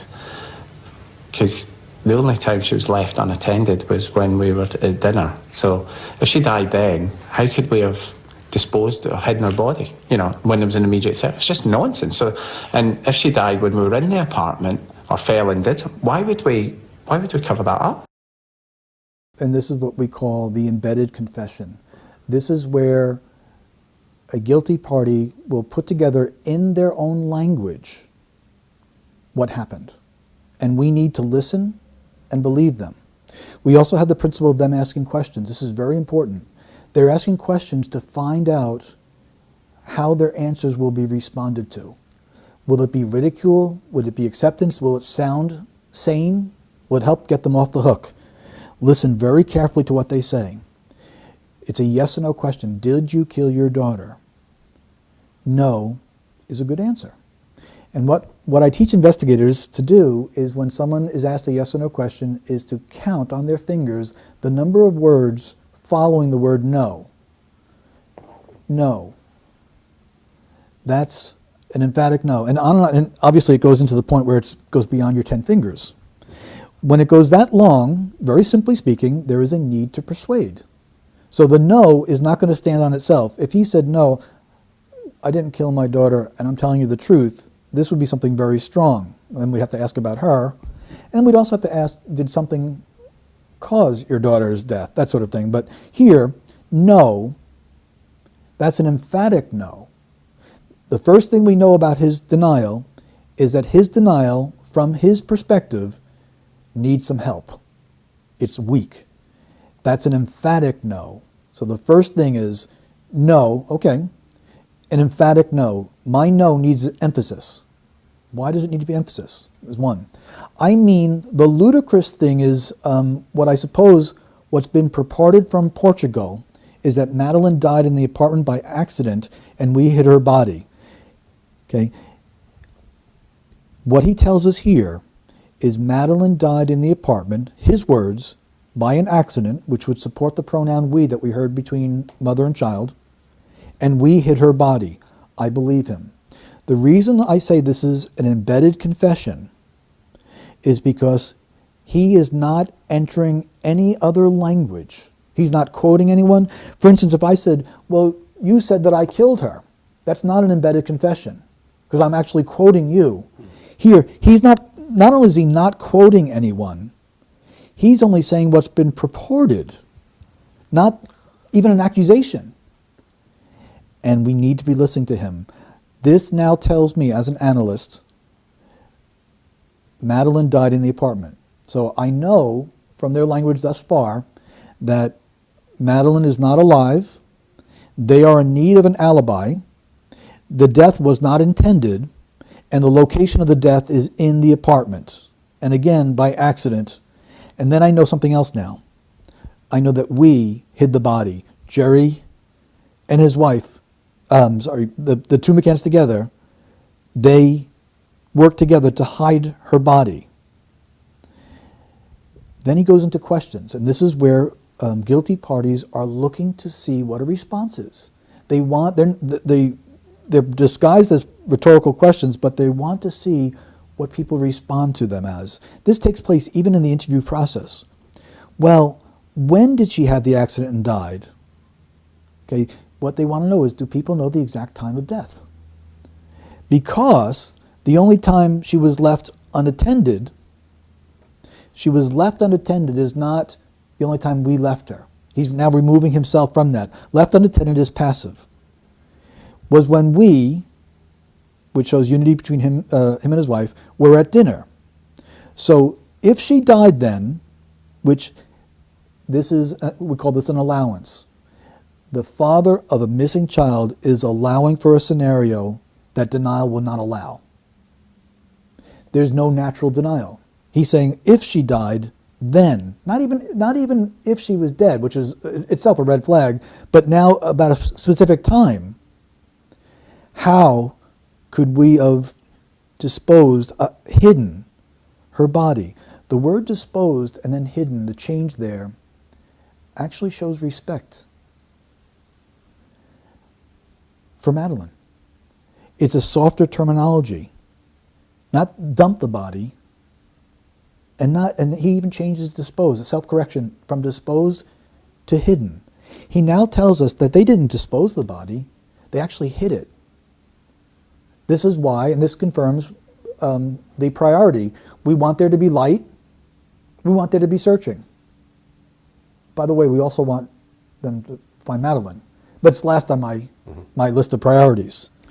So I now know that Madeline is dead. Madeline died in the apartment. And listen to his questions.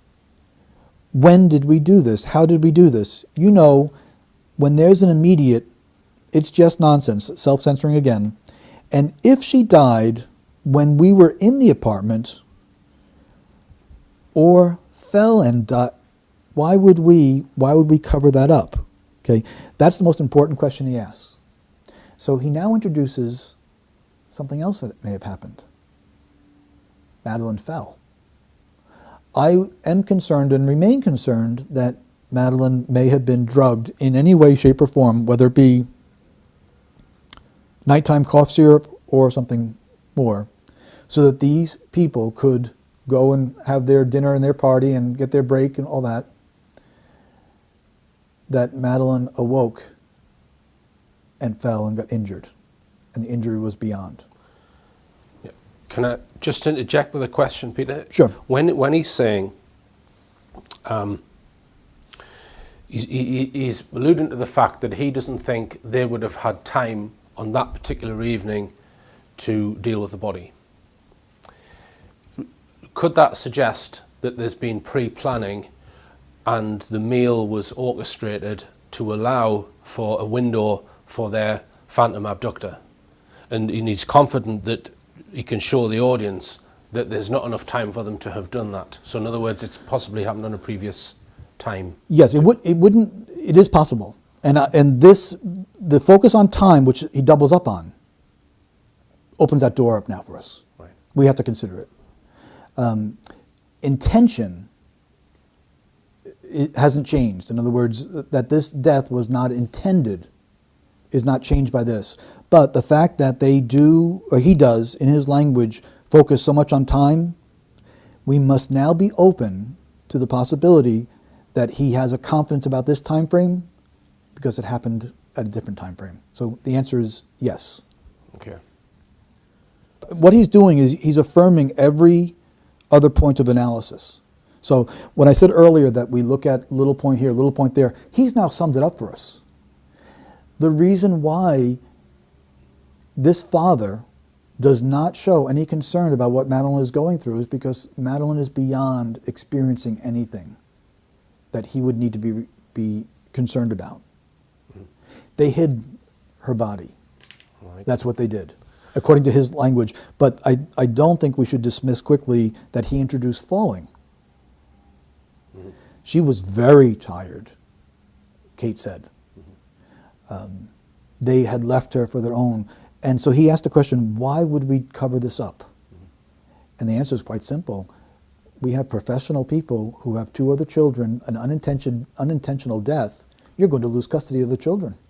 Another motive might be if there had been signs of abuse. Yes. That would come up in a, at the hospital. In the inquiry, sure. Yeah. He, as a medical professional, in any way, they are very likely to have knowledge of child abuse because it's just part of that profession where they deal with that. Now we have some indications there that would need much further exploration for possible sexual abuse. And there is a risk of the consequences for an unintended death, that's number 1. Risk of losing the other children, number 2. And then as you point out, when Child Protective Services sends in a professional to investigate, every case is explored for sexual abuse, whether there's allegations or not. All indicators of all possible abuses are explored for. Neglect, physical abuse, emotional abuse, sexual abuse are going to be explored for in every case. Because we have some linguistic indicators, which could be them as parents, it could be them as abusers, it could be him as an abuser, it could be her failure to protect. We have to explore for it. Right. The consequences could go on more than just losing custody of the twins. Mm-hmm. It could be loss of freedom. Yeah. When a guilty person asks questions, they're floating out alibis, they're looking to see what sounds plausible. And in his question, he says, well, when did she have the accident, not a accident, the accident, and died? The only time she was left unattended was when we were at dinner, so, which is establishing his alibi. If she died then, how could we have disposed of hidden her body? Now, it's interesting, when some people ask questions like that, they don't always get the answers they want to hear. We had here in the United States a baseball player who was accused of using performance-enhancing drugs named Roger Clemens. And under oath he said, if I have all these performance-enhancing drugs, it would mean that someone supplied them. Who is this? Who supplied them? I wish he would come forward. So he asked who supplied them, and then he made a wish. The man who supplied him with performance-enhancing drugs came forward and fulfilled his wish and testified against him.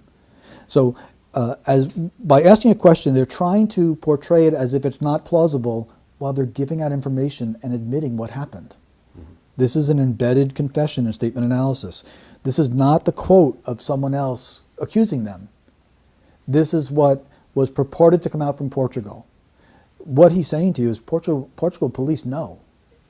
So they may make various statements, but the investigators on the ground, if we were to talk to them, the ones that first responded, they would tell you exactly what they feel about this case, and I think it would be right here, that it's a cover-up. And that gets even more ludicrous, that we've obviously hidden her somewhere incredibly well, where nobody's found her. I believe what she's telling me. I believe that, first of all, the word obvious means to accept without question, and I am following it. That it's obvious to, and this is a concern of hers, that people recognize they've hidden her somewhere incredibly well where nobody's found her. Now, consider this. This is supposed to be from a mother of a missing child who is spending a lot of time defending herself, trying to ridicule the accusations, instead of pleading for her safe return and talking about what she's going through. Again, there is no concern for what Madeleine is going through by biological parents, close relatives, the closest relatives. And we had her so well that we then decided we'd move her in the car, which we hired weeks later, and it's just ridiculous. So now we have a change of language from ludicrous to ridiculous. We have a car entering her language, and the timing is not lost on us either. She now says weeks later. So if someone was concerned that the death took place at a different time, she's now saying, you've got a good idea to be concerned about that. She's playing with the time. So to narrow down the time frame to what they want us to think it is would not be a wise investigatory move. We'd have to be open to other time here. Does that include the death occurring before their stated time, the time they say Madeleine was abducted? It has to go beyond the time that they state.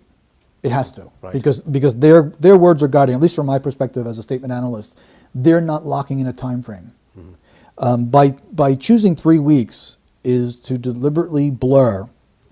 It's kind of a joke, but it's a statistical point, is that when someone is going to choose a number and they need to lie about it, they often will cling to number 3. 2 sounds too small, 4 sounds too big, and it's one of those statistical patterns.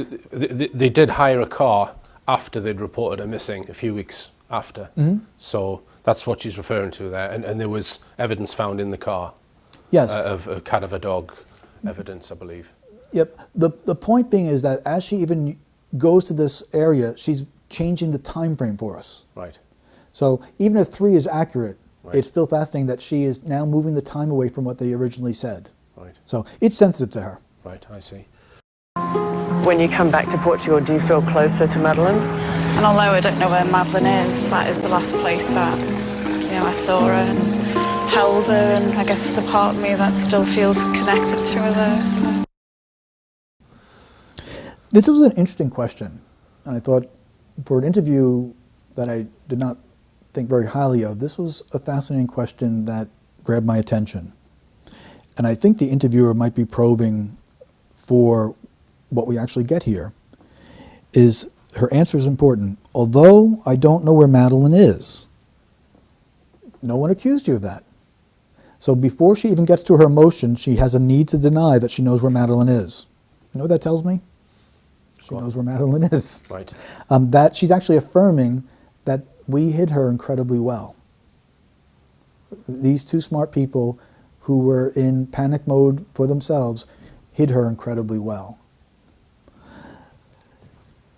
So although I don't know where Madeleine is, we call that the negation. She wants us to know what she doesn't know.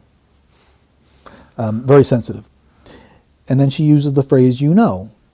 And what we do with any type of habit of speech is we look where it comes up and where it doesn't come up. And it shows an acute awareness of the interviewer. So we notice what topics will provoke that, what topics do not provoke it. And about the location of Madeleine, it provoked it. Then she says, and I think this is important, I saw her, held her. Now, in order to hold her, you have to see her.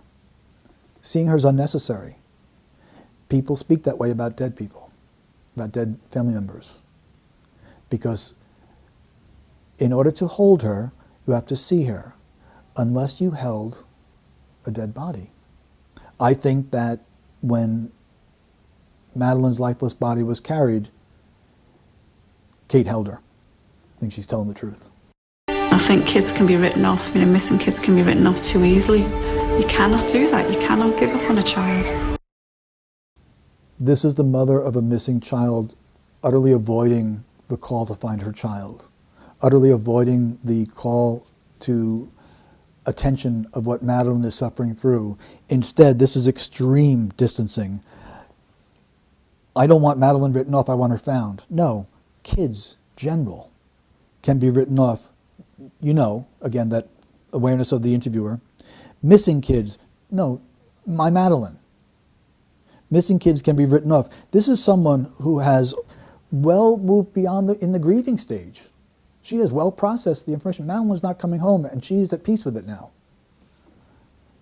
This is a distancing language of kids, child. The use of the word child there again is something that, we don't say kid abuser, kid molester. We say child abuse, child molester. This use of the word child, although it's not conclusory by itself, with the other indicators, causes me to be concerned that Madeline was a victim of child abuse inside that home. I don't know for certain. There are certain things that I do and can say that with a strong conclusion. That's an element that must be explored. Right. Just as an aside, Peter, are you aware of what we call the Gasper statements? This was statements that a family or a couple made against the McCanns not long after it happened. Are you aware of that? No. Okay. Oh, perhaps I can show you that at some point. But they had been on holiday with the McCanns about a year earlier, or at a previous time. They were sat around the dinner table, and the wife was in between Gerry and Gerry's friend, and Gerry was discussing with David Payne. He said something like, he actually said, it was David Payne said, "Would Madeline do this?" And he put his finger in his mouth and moved it in and out while circling his nipple. Okay. Yeah. David Payne said, and Gerry didn't seem fazed by that question. Yeah. So after this couple found out, we're more fazed by the question. My own reaction to that. Yeah, yeah. So after this couple found out that that this case was going on, they went to Leicestershire Police and reported this. In fact, they wouldn't allow their child to be bathed by either Gerry or David Payne after they heard this, because that was another thing that they've spent time bathing each other's children. Okay, which I don't know if that's normal. I don't think it is. But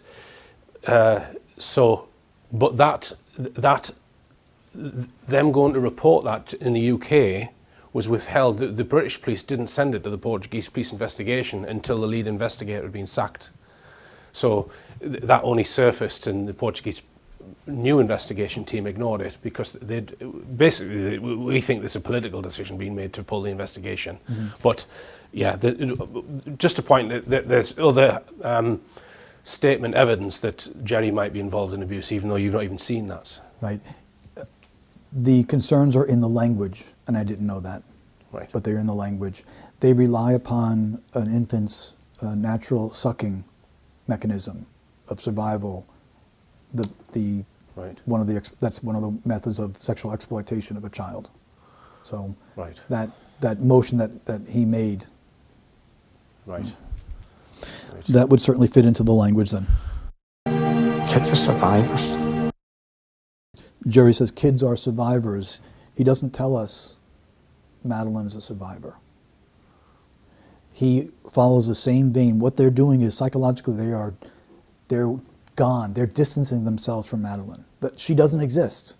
And in the statement, and this is why it's so important to consider, it's not just that they show no concern about Madeline. We have to enter into their language. We have to go into their world. The reason they're not concerned about Madeline is because she's beyond concern. She doesn't exist any longer. So it's natural for them to talk about kids being survivors and kids doing this, or you feeling that, or you feeling this, because they've already processed it. It's gone. You know, Madeline means tower of strength. Wherever she is, whoever she's been with, whatever's happened, we will get her through it. Okay, my transcript says, you know, Madeline means tower of strength. Wherever she was, whoever she's been with, whatever's happened, we will get her through it. Several things. She doesn't tell us that Madeline is a tower of strength. She doesn't say that she has any strength. She doesn't show any detailed concern for Madeline. And she says, we will get her through it, which is a form of passivity. After saying Madeline, the name means strength, but we will get her through it. There's a disconnect there in language, which is more narrative storytelling, almost poetic. We'd find that on a card of someone well after death. You will not rest until you find your daughter, until you wrap your arms around her. Why do they say such things? As a journalist, why feed information to a subject that way? Makes no sense. I don't believe any parent could, you know, and I don't believe we could ever reach a point where we just think, oh, well, we've done everything now. You know, whilst the situation remains as it is, you know, Madeline's out there and she needs us to find her. You'll keep looking forever. We will. This is, again, another indication that the processing of information has been complete. She tells us what she doesn't believe, tells us what doesn't happen. I don't believe any parent could, and I don't believe we ever could, reach a point, and this is her language, I believe her, we just think, oh, well, we've done everything now. You know. I think that we've hidden her incredibly well. We've done everything now. Her death wasn't intended. We've moved on. So while Madeline's plight, while Madeline's pain, while Madeline's suffering is there, no, while the situation remains. It's a situation. Madeline is no longer part of the picture.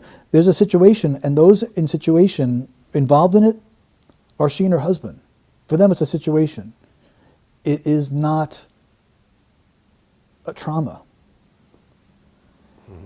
This is very soft language. The situation remains. Not Madeline's not been found.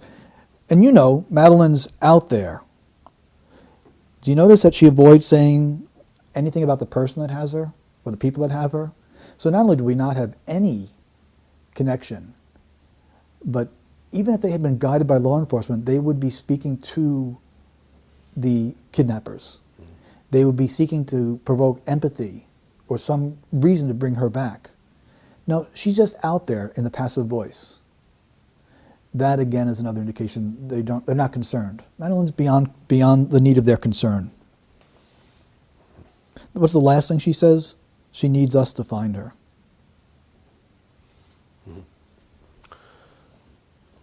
You keep looking forever. Okay? And I can't help but wonder if the interviewer thought they're going to be like what we call the O.J. Simpson searching for the real killer. O.J. said he was going to search for the rest of his life for the real killer. He had no confidence it was going to happen any time before that. Right. Instead of saying we're going to search until she's found, it's just going to be, we'll keep looking, forever. Yeah. You mention baby Ayla here, Peter, in relation to this. Baby Ayla, A-Y-L-A. Yes. Have you mentioned that? Baby Ayla, not in an interview here, but in the analysis. Right. Okay. Do you want to mention that now? Sure. Baby Ayla was in Waterville, Maine, and she was reported kidnapping by her father. And the father was not cooperating with police, and the family was the mother, because they're not married, was trying to get the father to speak. And she finally told media that the father is not cooperating with police. This got a response from him. Liars are always concerned about their reputation. He said, contrary to rumors floating around out there, I have been cooperating with police. And so with the phrase, rumors floating around out there, is a strong indication that baby's in water. And that's where the searching went on. He had, was asked, how did you do on your polygraph?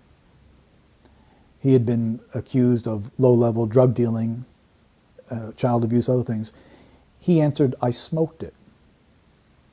I smoked it. So we give ourselves away by the words that we choose. And there is like almost like a junior high school student talking about a test. I smoked my math test. It's a missing child. He referenced her in the past tense. He never showed concern at any given time for anything that the child may have been experiencing. All his concern was about himself. This is the same of the McCann's. It's very similar. And when we listen to people and follow their language, and their concern is making sure they ridicule instead of deny any possibility of their involvement, that's what their priority is. But we went through this interview, and not once did I hear a single word of human empathy expressed from Madeline. Not once. Madeline is the victim. And if the deception was to be believed, someone had Madeline. And was she wearing a warm coat on a cool night? Anything, even the slightest bit of concern, none of that is in their radar because it's not in their hearts. It's not in their minds. It's not in their minds because they know that Madeline is beyond all help. What I concluded from just this interview itself is that Madeline is dead.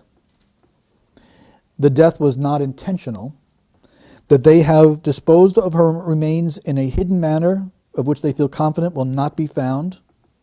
The cause of death was likely not intended and may have included both causing her to be very sleepy and a fall. They have feared being accused. Their concerns about themselves, and that the time frame that they've given must be questioned. Those are things that I conclude strongly. Now, underneath that is the possibility of sexual abuse being part of this equation is strong. And it would have to be explored, yes. Right. Okay. It would have to be explored. Okay, thanks for that, Peter. Now, I did send you some additional transcripts, but obviously there's a vast amount of work to go through them all, and you've done a fantastic job in analysing this one. But clearly, if we were to go through the vast amount of testimony that they've given, you think the same things would likely come up again and again? I do. I believe that even the things that I have looked at all confirm the analysis. What makes this so strong is that this includes an embedded confession. They actually confessed to what they did. Mm-hmm. And I think we should not discount the word fall, that no one asked them if she fell. It was no part of the interview. He introduced that word. It's very important. Okay. All right. Is there anything else you want to add about the McCann case before I just ask you a few closing questions, Peter? Yeah, I think I. Okay. Well, thanks very much for that. So yeah, in my email to you, I mentioned other subjects, non-criminal subjects. Have you ever considered non-criminal subjects? Because there are a lot of purported conspiracies or cover-ups out there that might not necessarily be criminal, where people could leak out information about through statement analysis. So have you ever considered that? Is it? I mean, professionally or about this case? No. Well, in particular, I mean, I mentioned here NASA, which is obviously an organization in America which went to the moon allegedly and have done lots of alleged things which a lot of people question. Mm-hmm. Something like that, would you consider? Sure. Or do you think it might damage, your reputation in terms of criminal investigations? No. As a matter of fact, I work for businesses in doing employment analysis. Mm-hmm. And so if someone applies for a job and the United States government limits the questions that you're allowed to ask. So what I do for companies is, it's legally sound. I will say to a potential hire, please tell me about yourself. And if someone is a thief, they're going to tell me through the lens of statement analysis. So in terms of any other topic out there, if there are statements, we can analyze them. If there are official government releases, we can analyze it because there's a writer or writers behind that. Mm-hmm. Sometimes we have statements from defense attorneys. Defense attorneys will reveal what they believe about their client's guilt or innocence. Right. I analyzed, for example, Franklin Delano Roosevelt's statement about the December 7th attack at Pearl Harbor by the Japanese Navy. Mm-hmm. Okay. And he is deceptive about it being a surprise. Right. He wasn't truthful. Really? Yeah. So it matters, the longer that someone's in analysis, it matters not what the narrative is. Mm-hmm. The truth is the truth. Mm-hmm. So if it sounds absurd, I can't change that. I am just a scientist in that sense of mm-hmm. words. Mm-hmm. So if I look at a claim, and if the person intends to deceive, I'll pick it up. Right. Now, if the person is wrong, but they believe it, there's no deception there. Yeah. It's only their intention to deceive that I can pick up. Right. I've mentioned it in the notes here. There was a press conference in 1969 when Neil Armstrong and Buzz Aldrin allegedly came back from the moon, and it's probably about 70 minutes.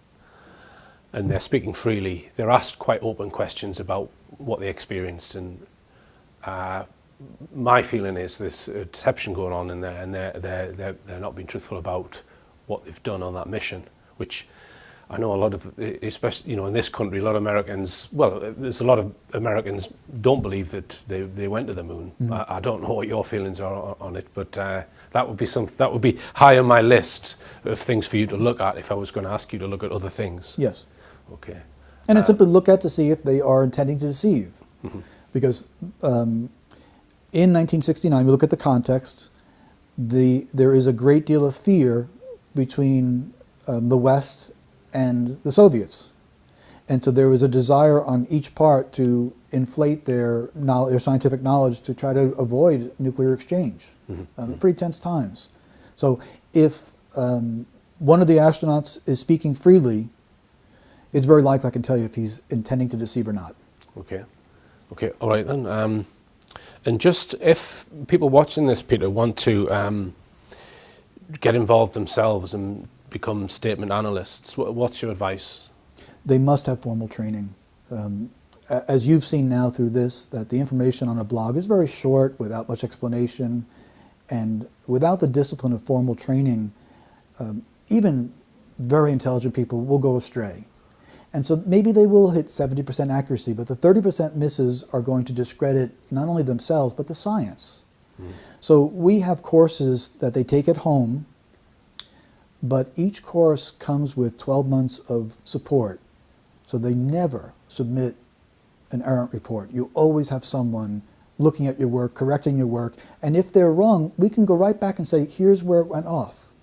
Right. And so you can correct it and follow the principles. It isn't as it's made to seem through Hollywood or now through Facebook. There are no magic truth wizards. There are no people that are just born. And Dr. Paul Ekman had studied the micro expressions of people to show how they reveal their emotions by slowing down the video frame by frame. And what that led to was lots of people taking this training of trying to spot that. It doesn't translate into any success in investigations. If you ask me, as a matter of public record, Peter, your conclusion that the McCanns are showing guilty knowledge in the death of Madeleine, how sure are you of that? Mm-hmm. I am able to answer that knowing that my career is looked at and say, I'm certain. Okay. All right, and Peter, well, I'd just like to thank you very much indeed, and it's been a pleasure to have met you. Thank you. Thank you.